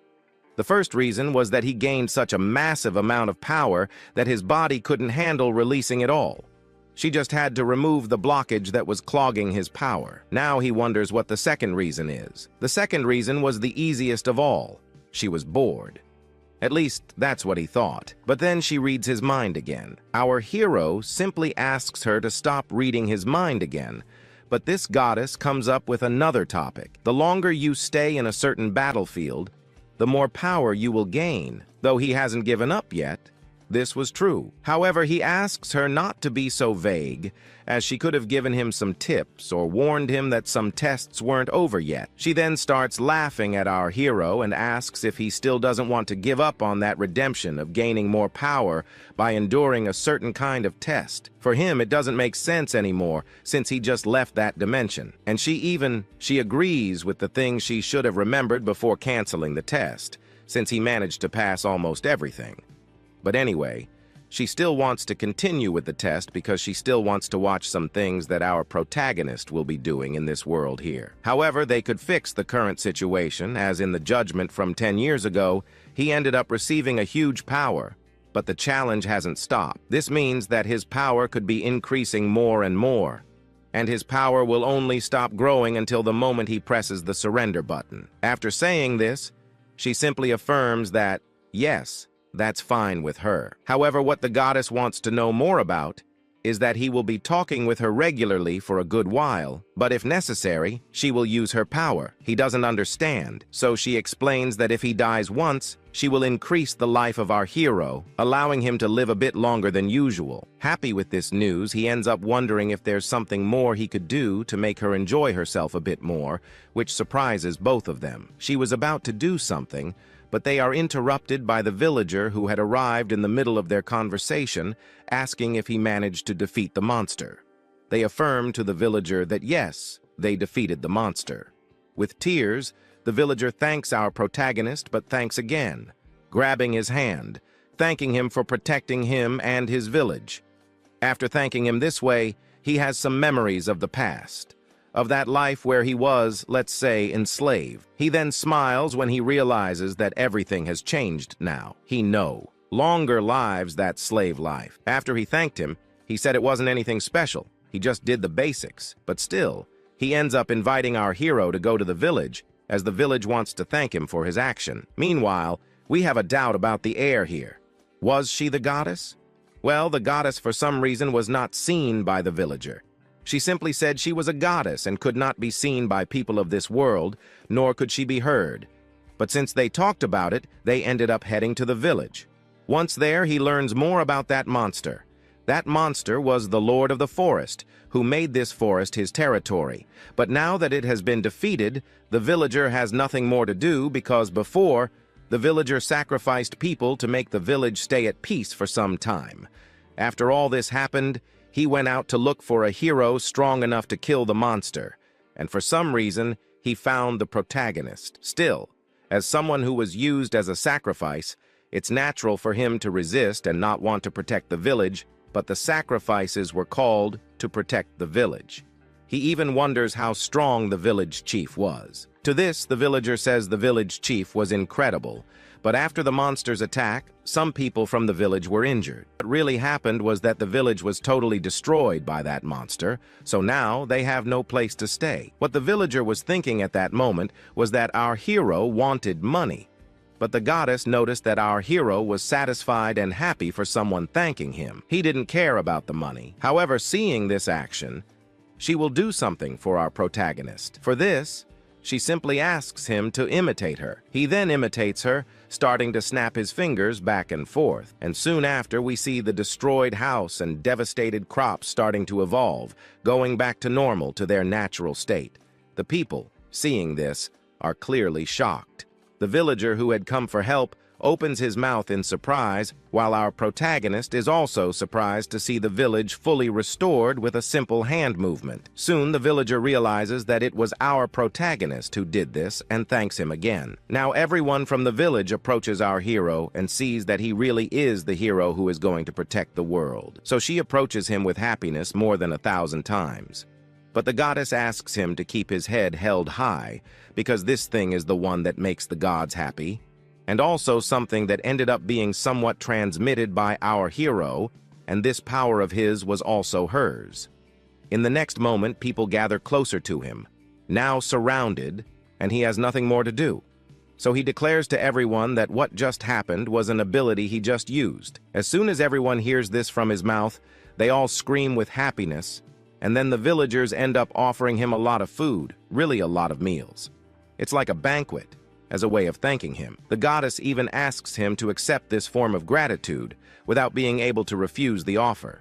He has to accept, leaving both the goddess and him very happy. She even knew he would say that, and for this reason, she says that he was more than interesting. Like the things she wants were obvious in the protagonist. It was as if she were him. And anyway, this goddess ends up affirming that if he follows some things she needs to do, she will give our hero some extra powers. However, our hero reaches a point where he realizes that if he receives too much power, he might end up becoming a god of this world. But now he leaves that talk for later because it was time for the meal. As they gather around the table, everyone begins to sing. others offering him the meal he wanted, while we observe everyone thanking our protagonist for saving the village. If it weren't for him, it's very likely that everyone here would have already perished. Standing at the table, everyone bows to our hero for having protected the village, and this was the most they could do now. Looking at this, he has a memory, the memory of that life before reincarnating in this world, where he worked as an animal, in the end, receiving not even a thank you. But his heavy thoughts are interrupted by some children who again approach him and once again thank our protagonist for his actions in protecting the village. After that, everyone leaves, and the village begins to develop with a great celebration. The night falls, and the next day we see him waking up, still a bit hungover. He wakes up, but at that moment he looks up and finds that goddess above him, which makes him startle and ask her to leave. We then see someone entering through the door. This was that villager from before, and he offered our protagonist a kind of breakfast, since he had drunk so much alcohol the day before, thinking it might help him recover from the hangover. But at that moment, our protagonist begins to hear some noises, and so does the goddess. They wonder what was happening. So everyone goes out to see what really happened. They then see everyone from the village running to somewhere safe. He asks what was happening, and she affirms that many dangerous spiders were appearing in the village. As soon as he hears this, he grabs some kind of weapon to try something. He would at least try to destroy these spiders, since they had just fought a powerful monster that almost destroyed their village, and he wasn't going to let these spiders destroy it again. Facing one spider, he tries his luck, but at that moment, our protagonist steps in and asks him to let him finish off the monster. He hesitates, but eventually agrees. Our protagonist then punches the monster, quickly destroying it. One wasn't enough, so he attacks each of the monsters in front of him, destroying every one of them. The villagers, once again, are left speechless as they watch our protagonist destroy each of the monsters. Minutes later, he piles up the defeated spiders and thanks the people who helped him carry the monsters. But now, this guy is wondering what they would do with these monster carcasses. He tells them not to worry, but the villager is already surprised to see monsters like these suddenly attacking the village, which was rare. For this reason, our protagonist even speculates that it was because he defeated that powerful monster, but he leaves that idea for later. Now he opens up the spider and begins searching for the things he desires most. That pearl. Before digging, he ends up finding it, and unbelievably, he finds it on the first try. As soon as he holds that thing in his hand, we then observe the face of the villager. The villager wonders how he managed to do it, or if by chance he knows how to recover this kind of thing. Well, to really find out if he knows or not, after a little while we're finally back with a continuation for you all. The story continues with the protagonist surprised, looking to the other side, wondering if what he was holding was expensive. Looking at it now, he realizes that maybe the protagonist doesn't know what Frisia is, and he asks what exactly it is.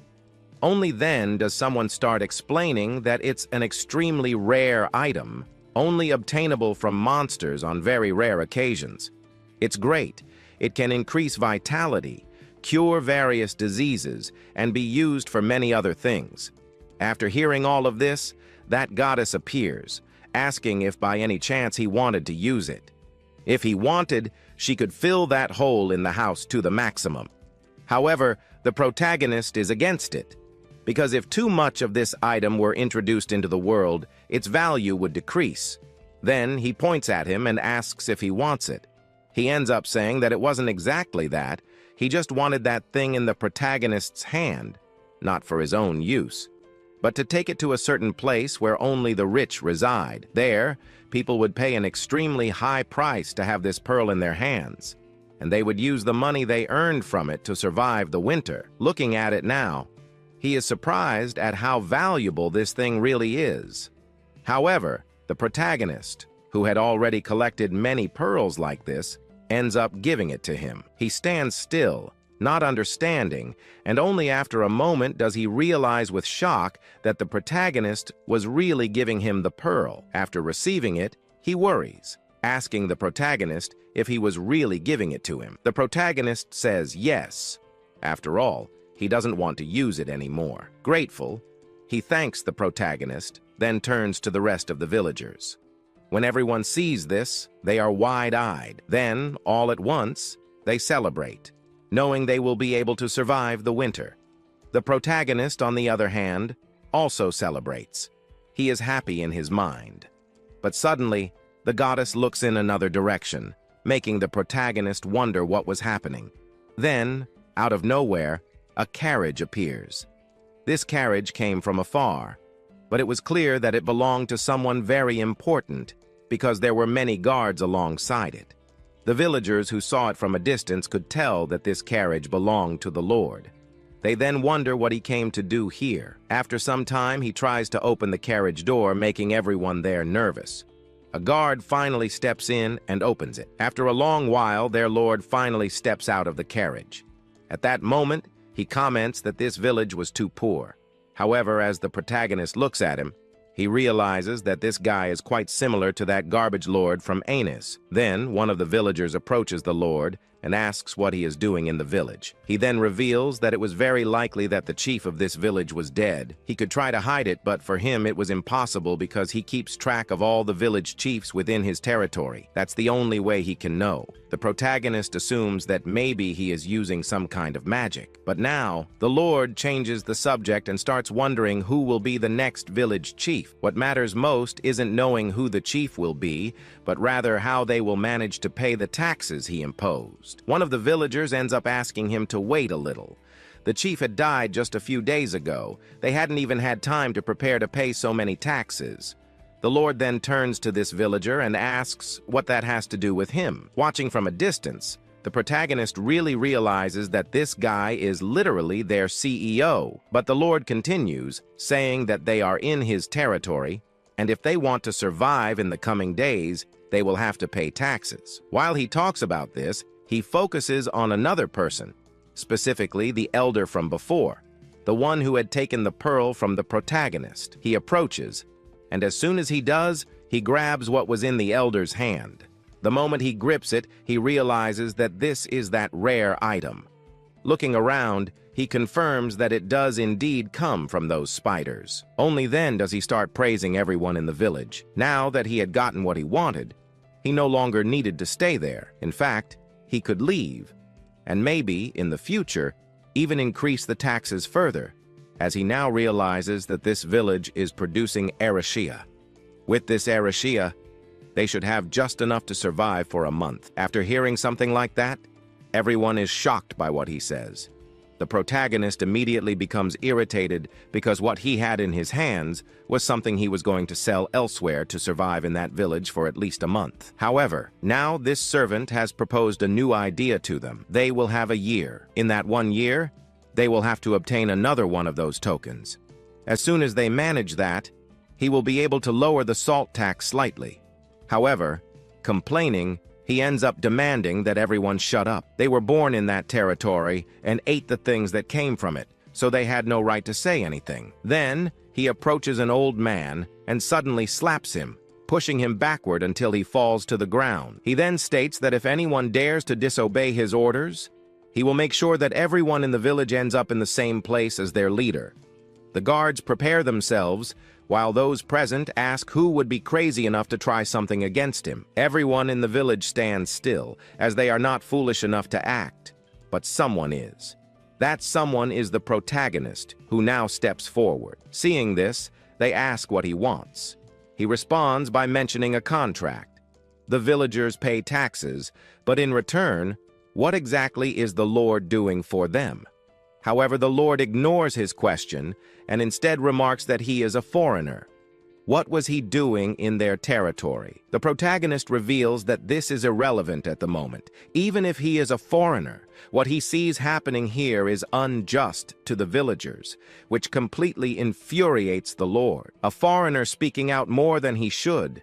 This is unacceptable. Yet the Lord raises his arms and states that yes, the people pay taxes, but in return, he grants them something even more valuable: freedom. They can dance and celebrate whenever they want because they live in his territory. Everything in that place belongs to him. So those within his lands must obey him, or he will kill them all. As he continues saying increasingly absurd things, The protagonist, angered by his words, clenches his fist and then punches the Lord in the face, making him stumble backward. A moment later, the entire village is left speechless. The elders, the guards, everyone. Meanwhile, the servant who had been speaking earlier is sent flying, spinning like a top before crashing to the ground. The guards immediately prepare to attack the protagonist. However, unwilling to stand still, the protagonist moves swiftly, and with just a few motions, he manages to take down every single one of the guards. Afterward, he realizes that these guards were much weaker than the spiders he had previously faced. Now that he has defeated them, he pauses, reflecting on his actions. He shouldn't have done this. He has just taken down a powerful figure. The villagers might now suffer repercussions. To prevent this, he decides he must draw the attention of those at a higher level so that the village does not end up suffering at the hands of these powerful figures. Looking ahead, he notices that the entire village is overjoyed. One of the leading villagers approaches and asks if the protagonist could lend them his strength. They want to become independent from this man. If he helps them, they will be eternally grateful. Independence. That might actually be an incredible idea. The Lord previously claimed that the people paid taxes in exchange for protection, but in reality that wasn't the case. For the villagers, it would be better to be independent. In many places, powerful people rise within villages, becoming lords who rule over them. In this case, it could involve multiple villages coming together under a single feudal lord. Now, the protagonist views this world differently. In his past life, he didn't live under the rule of a single leader. Now he realizes that he has the ability to stand on his own in dangerous situations. Only after some time does he finally tie up the guards and the Lord himself. With the Lord restrained, he wonders what he should do next. Suddenly, the Lord speaks. "How much do you want?" The protagonist is surprised by this, as the Lord is offering to pay whatever amount is necessary for his release. But the protagonist responds that ransom is not what he had in mind. Just as he says this, an elder interjects, commenting that captured individuals from the higher ranks often pay hefty sums to secure their freedom. At that moment, the protagonist doesn't know how much he should demand for the ransom, or even if he should demand one at all. In a situation like this, he would love to satisfy his pride, but even if he were to obtain the money, would it truly be worth it? Wouldn't even improve his treatment a little bit, neither him nor that lord from here. Because if he manages to escape from here in any way, he will come back to mistreat those people once and for all. Only he will stop if that pride he has is completely crushed. Only then will they truly achieve independence. However, stopping now to think, he ends up coming up with an idea. Then he asks Dean what the currency here is. So Dean tells him the lowest price. He has already decided on the ransom. Now he will be paying a note, a money note from this world. The moment he talks about this, the Lord is in disbelief. The village elders wonder what he is trying to do, since to ransom him he only has to pay a single note.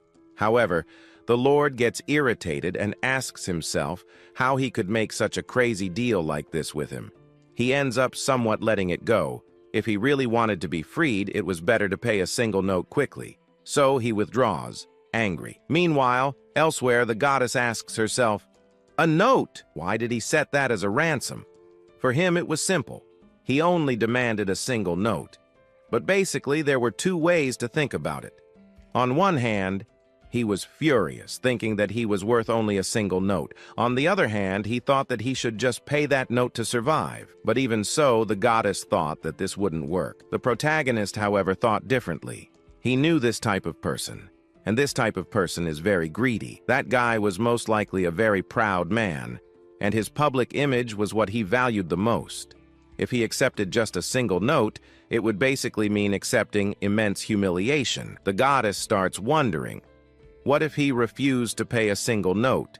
Since, for him, a note was too little, would he try to offer a higher price instead. However, the protagonist comments that everything was fine, and he was sure that the Lord wasn't even thinking about these things at the moment. Then, one of the villagers appeared, shouting for the protagonist to wait a moment, because that Lord had been shouting for a while that he would pay a single note, and so, the villager asked for him to be freed at once.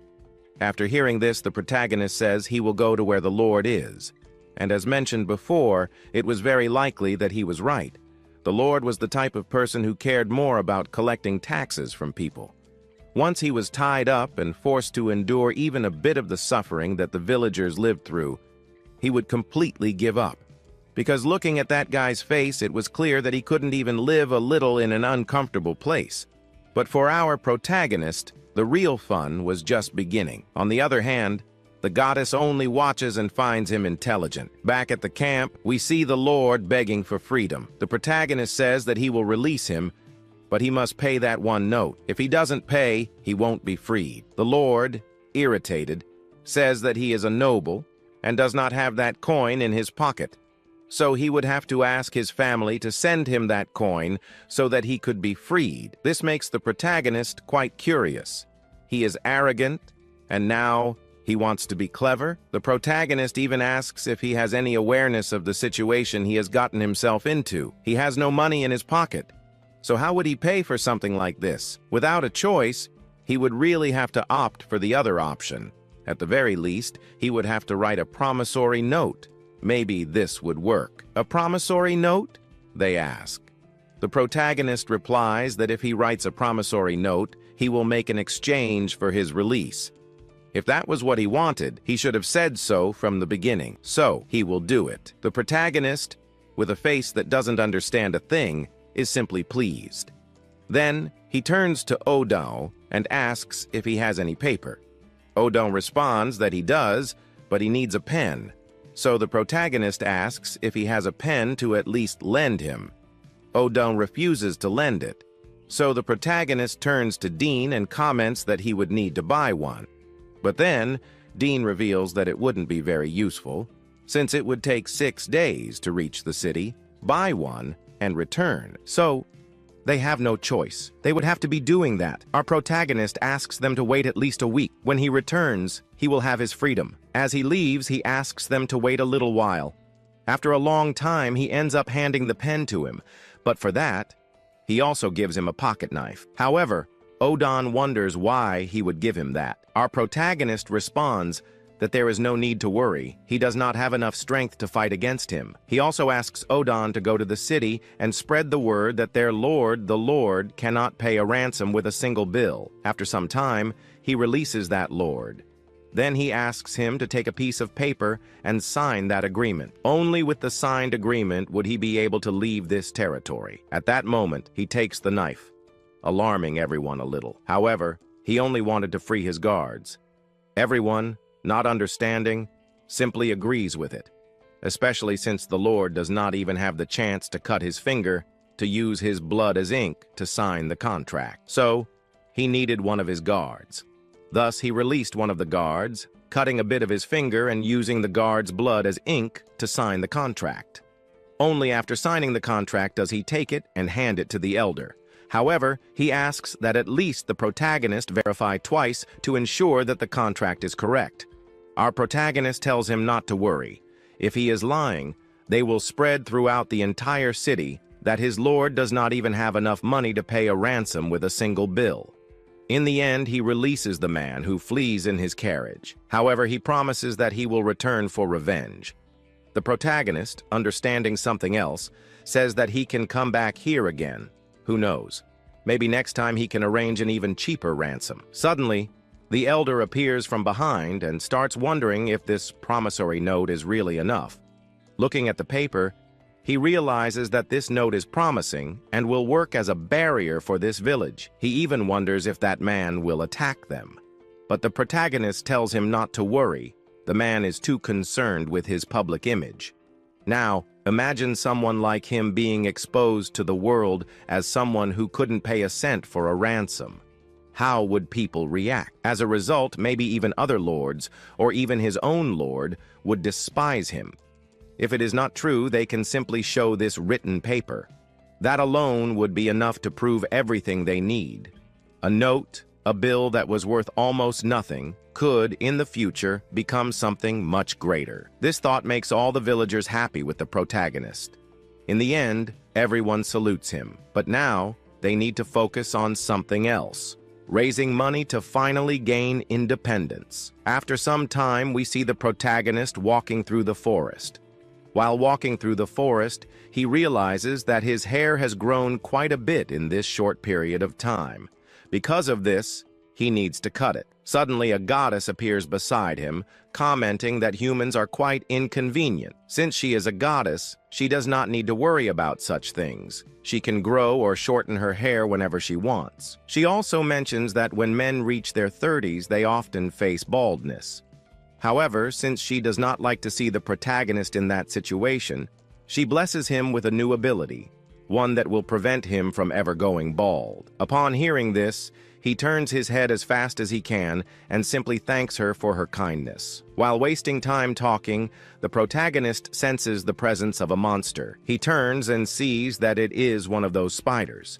As soon as he spots it, he jumps and, within minutes, lands a kick that knocks the spider down. However, after defeating it, he realizes it was not what he was looking for. He was searching for something that would give him more of that mysterious pearl. The goddess, however, thinks that pearl has many beneficial properties for the human body. But to form that type of pearl, certain conditions must be met. She begins explaining that sometimes, inside living beings, there are many nutrients. These nutrients accumulate in a certain place, eventually forming this pearl. This substance is more commonly known as essence, or more famously as pufferfish venom. Hearing pufferfish, the protagonist freezes because he knows very well how dangerous its venom is. But the goddess tells him not to worry.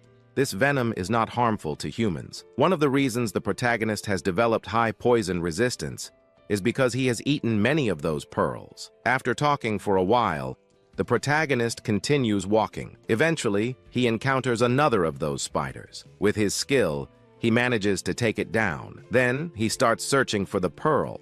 After looking for a long time, searching here and there, he does not find one. Only late in the afternoon does he finally manage to discover one. He met the goddess. He asked if he wasn't going to eat, and he commented that these were military supplies. Since the village needed to become independent, many conflicts would arise, so they needed weapons and other things to defend themselves. In the village, it was very likely that not a single person had proper combat training. Armor and that sort of thing were quite useful for protecting people from attacks by others. The goddess understood, but wondered why he was so confident in hand-to-hand combat. Our protagonist didn't understand too well. Moreover, she questioned why he wasn't using his magical power to take down the weaker monsters.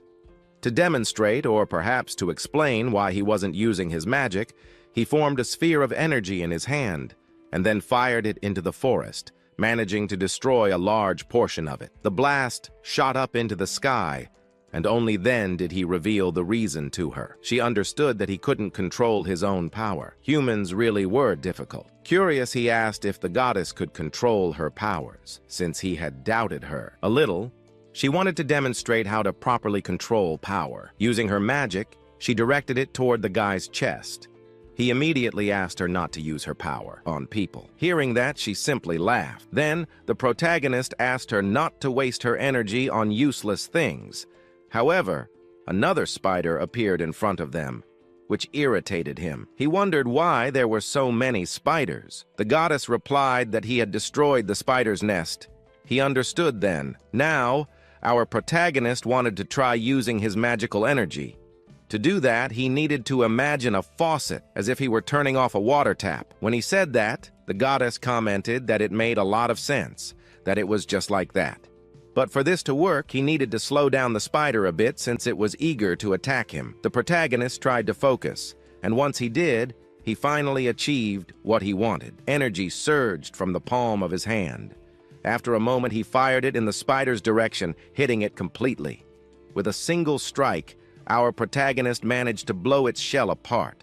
However, he was thrown back, falling to the ground. When he looked ahead, he saw that the spider had been blown into 1,000 pieces, some of them landing on him. Finding that disgusting, he went to a nearby river to bathe. Since he couldn't control his power properly, he ended up in this situation. After some time talking with the goddess, he realized his hair had grown too long, so he took out his knife and started cutting pieces of his hair. As he snipped here and there, a strand fell to the ground. The moment it touched the ground, it exploded, startling the protagonist.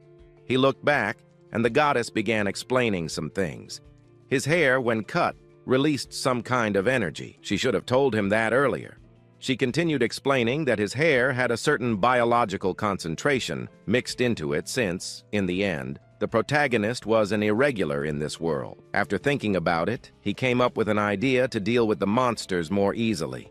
He ran deep into the forest, attracting the monsters' attention and luring them to a specific location. Once there, he pulled out a strand of his hair and placed it on the ground. The moment he did that, he quickly withdrew. As soon as he moved away, the monster stepped on the strand, and a moment later, an explosion completely destroyed it. And so, in the end, he managed to defeat the monster without putting himself in danger, thanks to this brilliant strategy he had just come up with. And our story continues from the previous chapter. At this moment, the goddess is surprised to see that his hair explodes upon being touched, or when something touches it. But she also wonders if by chance the hairs that fall out naturally without being pulled would explode the same way. To this, he responds that no, the ones that fall naturally are useless. Even she finds them useless. However, the protagonist asks her not to say such things, but then she reassures him, saying not to worry because his hair will not fall out. After all, she has bestowed upon him the blessing of baldness resistance. After some time, we see him realizing that he now understands which hairs explode and which do not. The goddess then asks what the problem is. He explains that these hairs explode after a certain period of time, but only after leaving his hand or upon impact with something. However, even if they explode, they are still just hairs, because even if he were to throw one of his hairs, it wouldn't fly very far. This means they are as fragile as landmines. So he asks if there is another way to use his hair as a weapon. The goddess, at first, seems unconcerned, but then she explains that they do not explode that quickly. He asks her to inform him right away. Then, in the background, we see an explosion happening. Meanwhile, we return to the scene where we find the protagonist arriving. As he arrives, we see a villager calling out for him.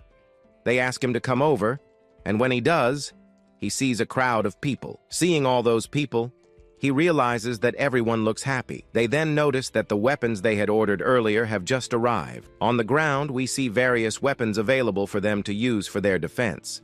Surprised by this, they ask if that is all that arrived. The villager confirms that it is. We are also introduced to the merchant, Bazio. At that moment, Bazio asks where the new village chief is. Hajime Sakamoto extends his hand and says it is a pleasure to meet him. However, Bazio simply looks at his palm, confused. Only afterward does he recognize our protagonist. After that, he reveals that this guy looked more like a wanderer. Our hero tries to explain, but Bazio ignores him because he doesn't care about such things. What matters most to him is whether or not he will be paid.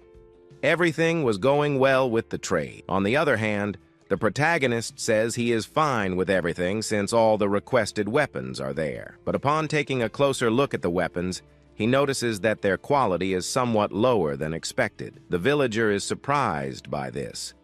To this, the merchant explains that the number of weapons he brought was massive, and the amount of iron used was considerable. Looking back, the villager is astonished because this is the first time he has seen such a large quantity of weapons. However, Hajime, judging by the merchant's reaction, feels that something about the market rates doesn't seem wrong. Then why does his attitude seem so bad? He wonders what is really going on. The merchant turns to the protagonist and asks what is happening. Then he begins to say that if they are not satisfied, he can simply take the weapons back and leave. At the same time, he explains that he went out of his way to come all the way to this remote village, and the loss of profit for him is quite high. In the end, he realizes that a one-time transaction offers very little profit. For him, this business deal was a total failure. He continues to say that people living in remote areas do not understand business. After all, a constant flow of smaller transactions over time is worth more than a single big trade. But his reason for coming here was precisely this.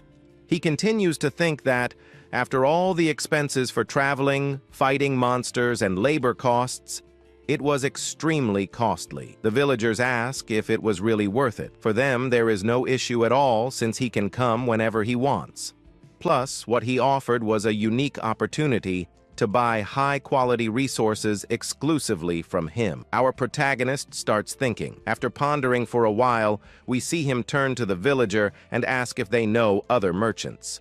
By doing this, our protagonist practically ignores this merchant. So, he goes off looking for other merchants. However, Bazio tells him that it is pointless to look for others because the situation will be the same. At that moment, he extends his hand and offers him something.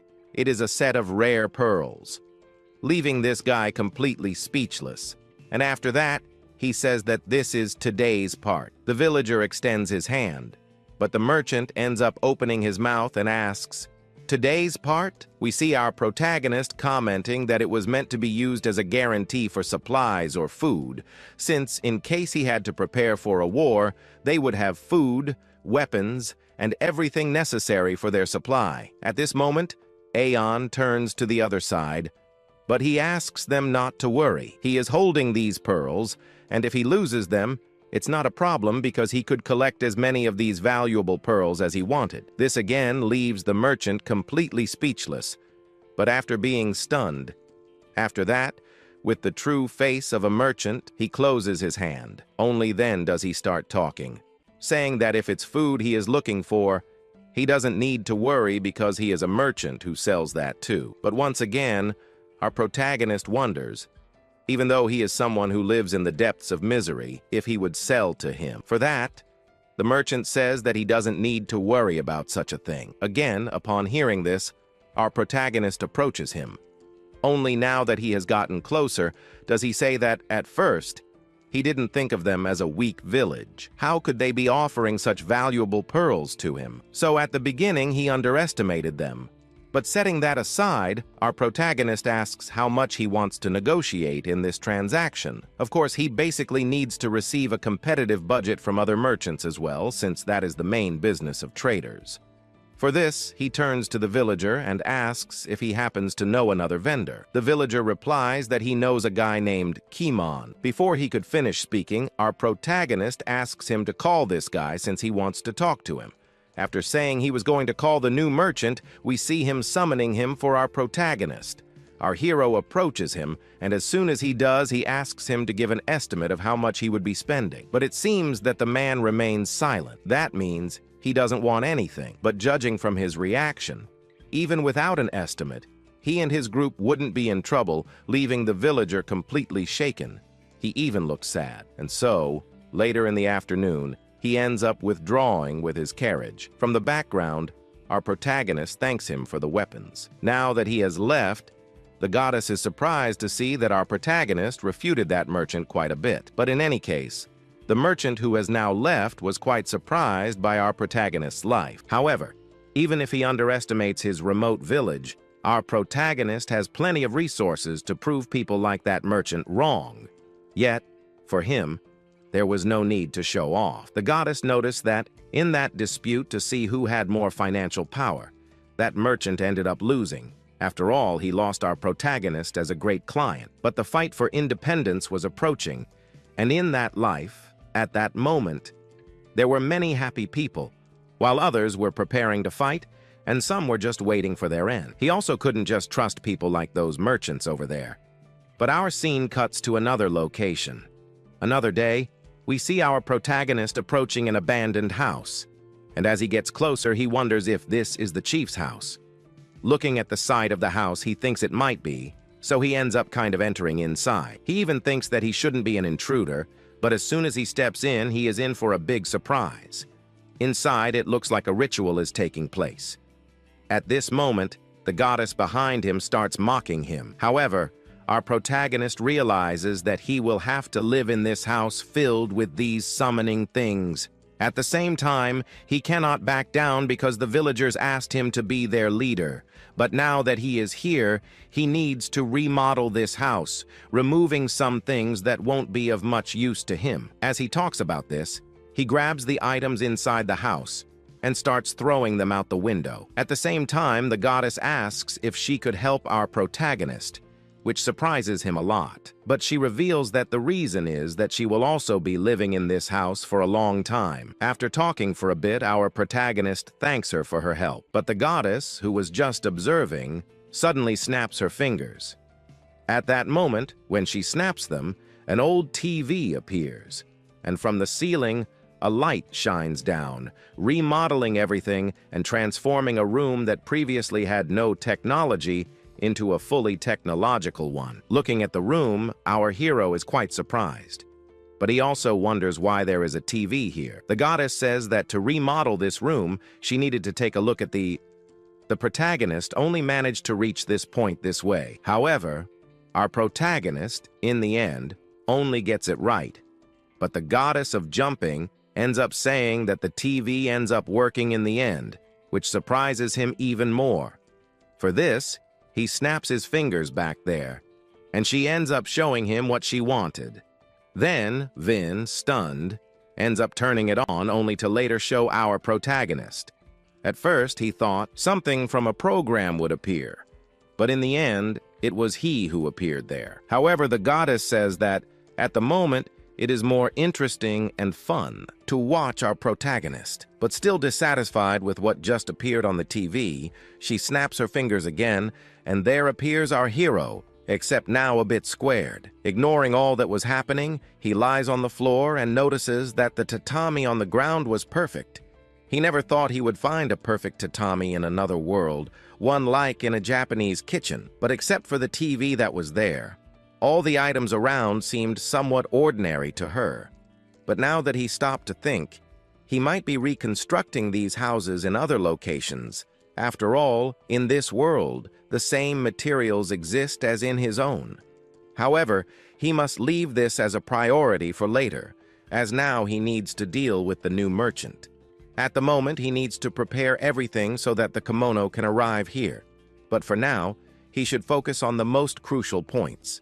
In this case, it is crucial to understand what should be avoided at all costs. He even gives it a name, something like Final Line. But the goddess, on the other hand, realizes that the idea he had wasn't that great, mainly because the merchants he was looking for only had low-level items. However, he said that it wasn't so bad, since, whether he liked it or not, low-level items were already sufficient.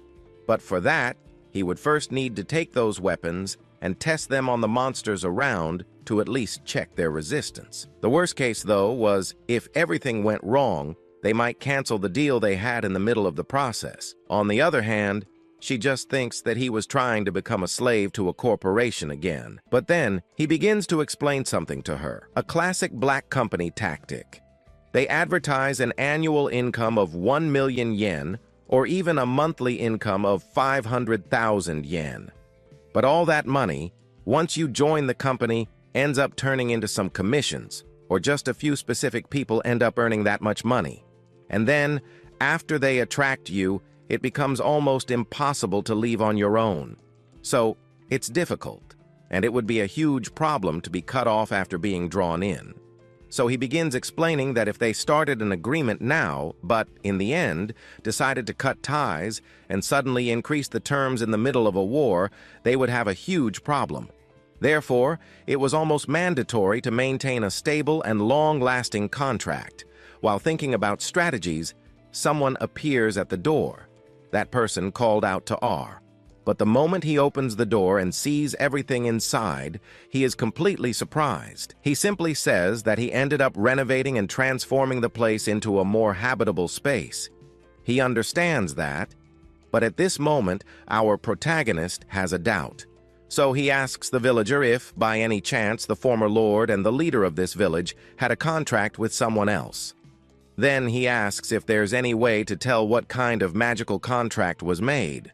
For that, they reveal that the contract was made using some magic, but it requires a very high-quality magic. Our hero doesn't understand very well, but it seems to be a magic that enforces the contract, which is something very interesting for him and his future. At that moment, he turns to him and asks if he knows about this contract or has any details about it.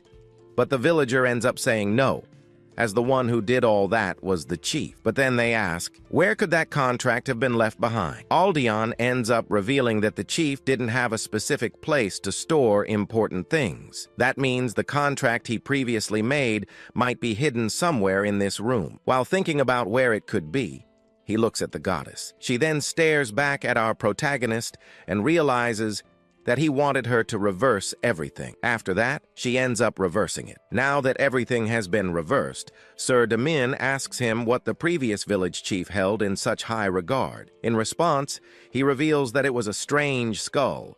Then, he starts looking at the shelves but doesn't find anything. Not finding it, he stops to think about where he could have thrown it away. Only then does he remember that, while cleaning the house, he had thrown one of those skulls outside. He then leaves the house and starts rummaging through the trash. There he ends up finding that thing. But on that skull, there was a crack, which very likely meant that the item he was looking for was inside. Using his hands, he grips the skull tightly and with all his strength pulls it upward. As soon as he pulls, he finally extracts the item. After pulling it out, he sees a slightly purple smoke rising, and then something mysterious appears, greatly startling our protagonist.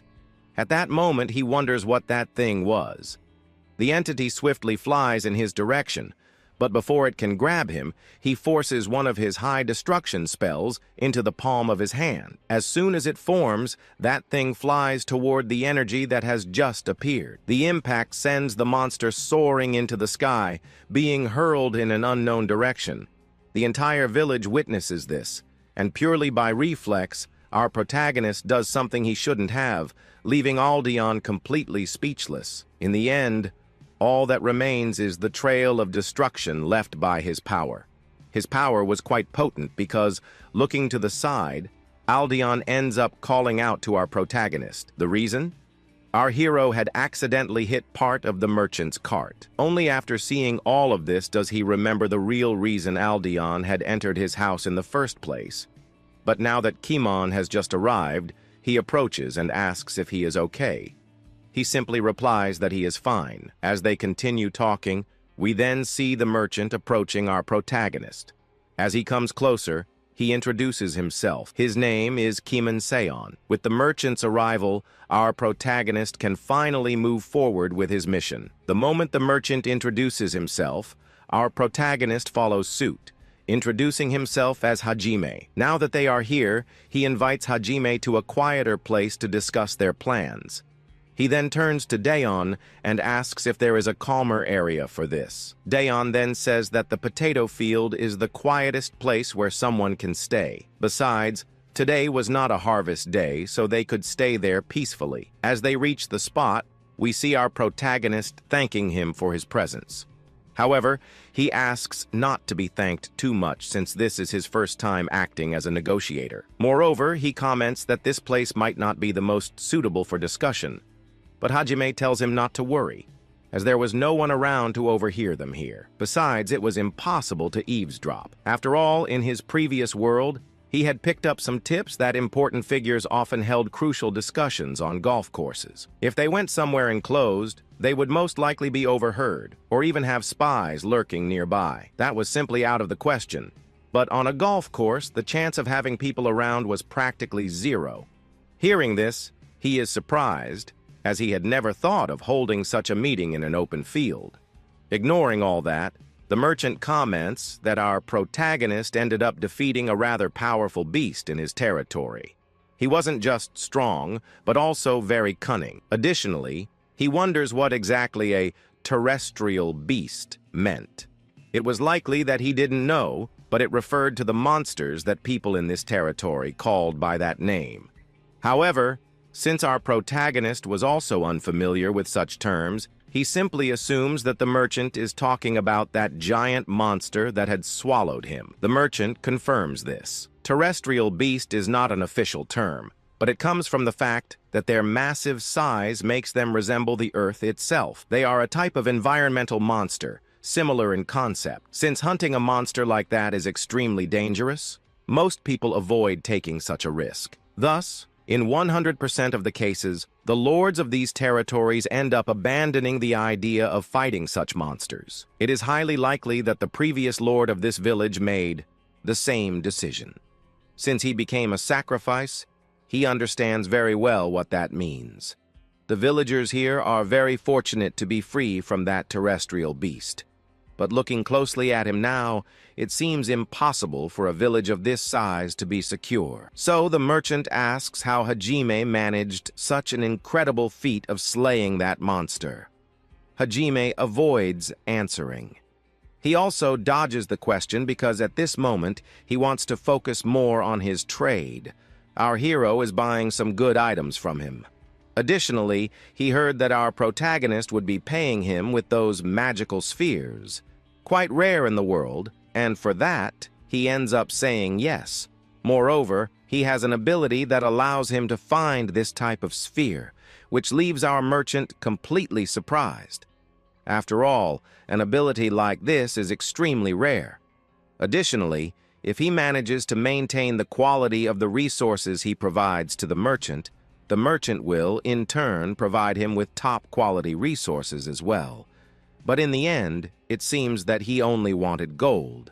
However, he realizes that maintaining a contract with this guy will be a bit difficult.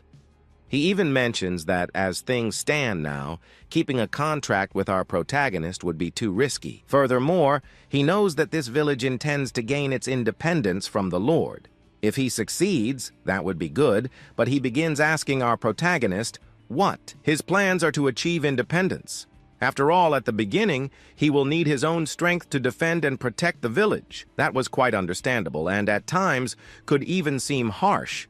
But without the Lord's support, maintaining a defense force and fully armed guards ready for a fight all by himself was entirely impossible. To make matters worse, the village was extremely small, and he ends up understanding the situation. This means he will need permanent and separate forces capable of defending against strong enemies, as relying on bandits would be impossible. However, at least in the short to medium term, establishing a basic level of defense could be manageable. But to achieve that, he will need to manage these people. He might need about an entire semester to do so. But how will he maintain the troops and guards? What will he do for that? He then raises his hand, holding that magical sphere, and says that he found it today. As he mentioned earlier, he can acquire this type of thing very easily, without any problems. The issue of resources and finances for the village has already been resolved. Now, he needs the merchant to hire some guards or mercenaries so that he can ensure more security for the village. Moreover, there are things in the village that will not require external forces. However, he ends up being interrupted by the merchant, as what he was imagining about our hero was exactly that. At first, he thought our hero was crazy, but not only did he choose a somewhat isolated place for their discussion, he also considered the mercenary option. His perception of defense was remarkable, and our protagonist takes it as quite a compliment. But there is a problem. Achieving independence with just that will not be easy. However, we will only find out what happens next in the upcoming part, as today's video is already coming to an end. But before I leave, comment below on what you thought of these new chapters. Are you enjoying our protagonist? Also, let us know which character you like the most. But before I go, don't forget to leave your like below as well. Now I think I'll be going. Maybe I'll find you around, or maybe I'll only meet you again in the next part, right?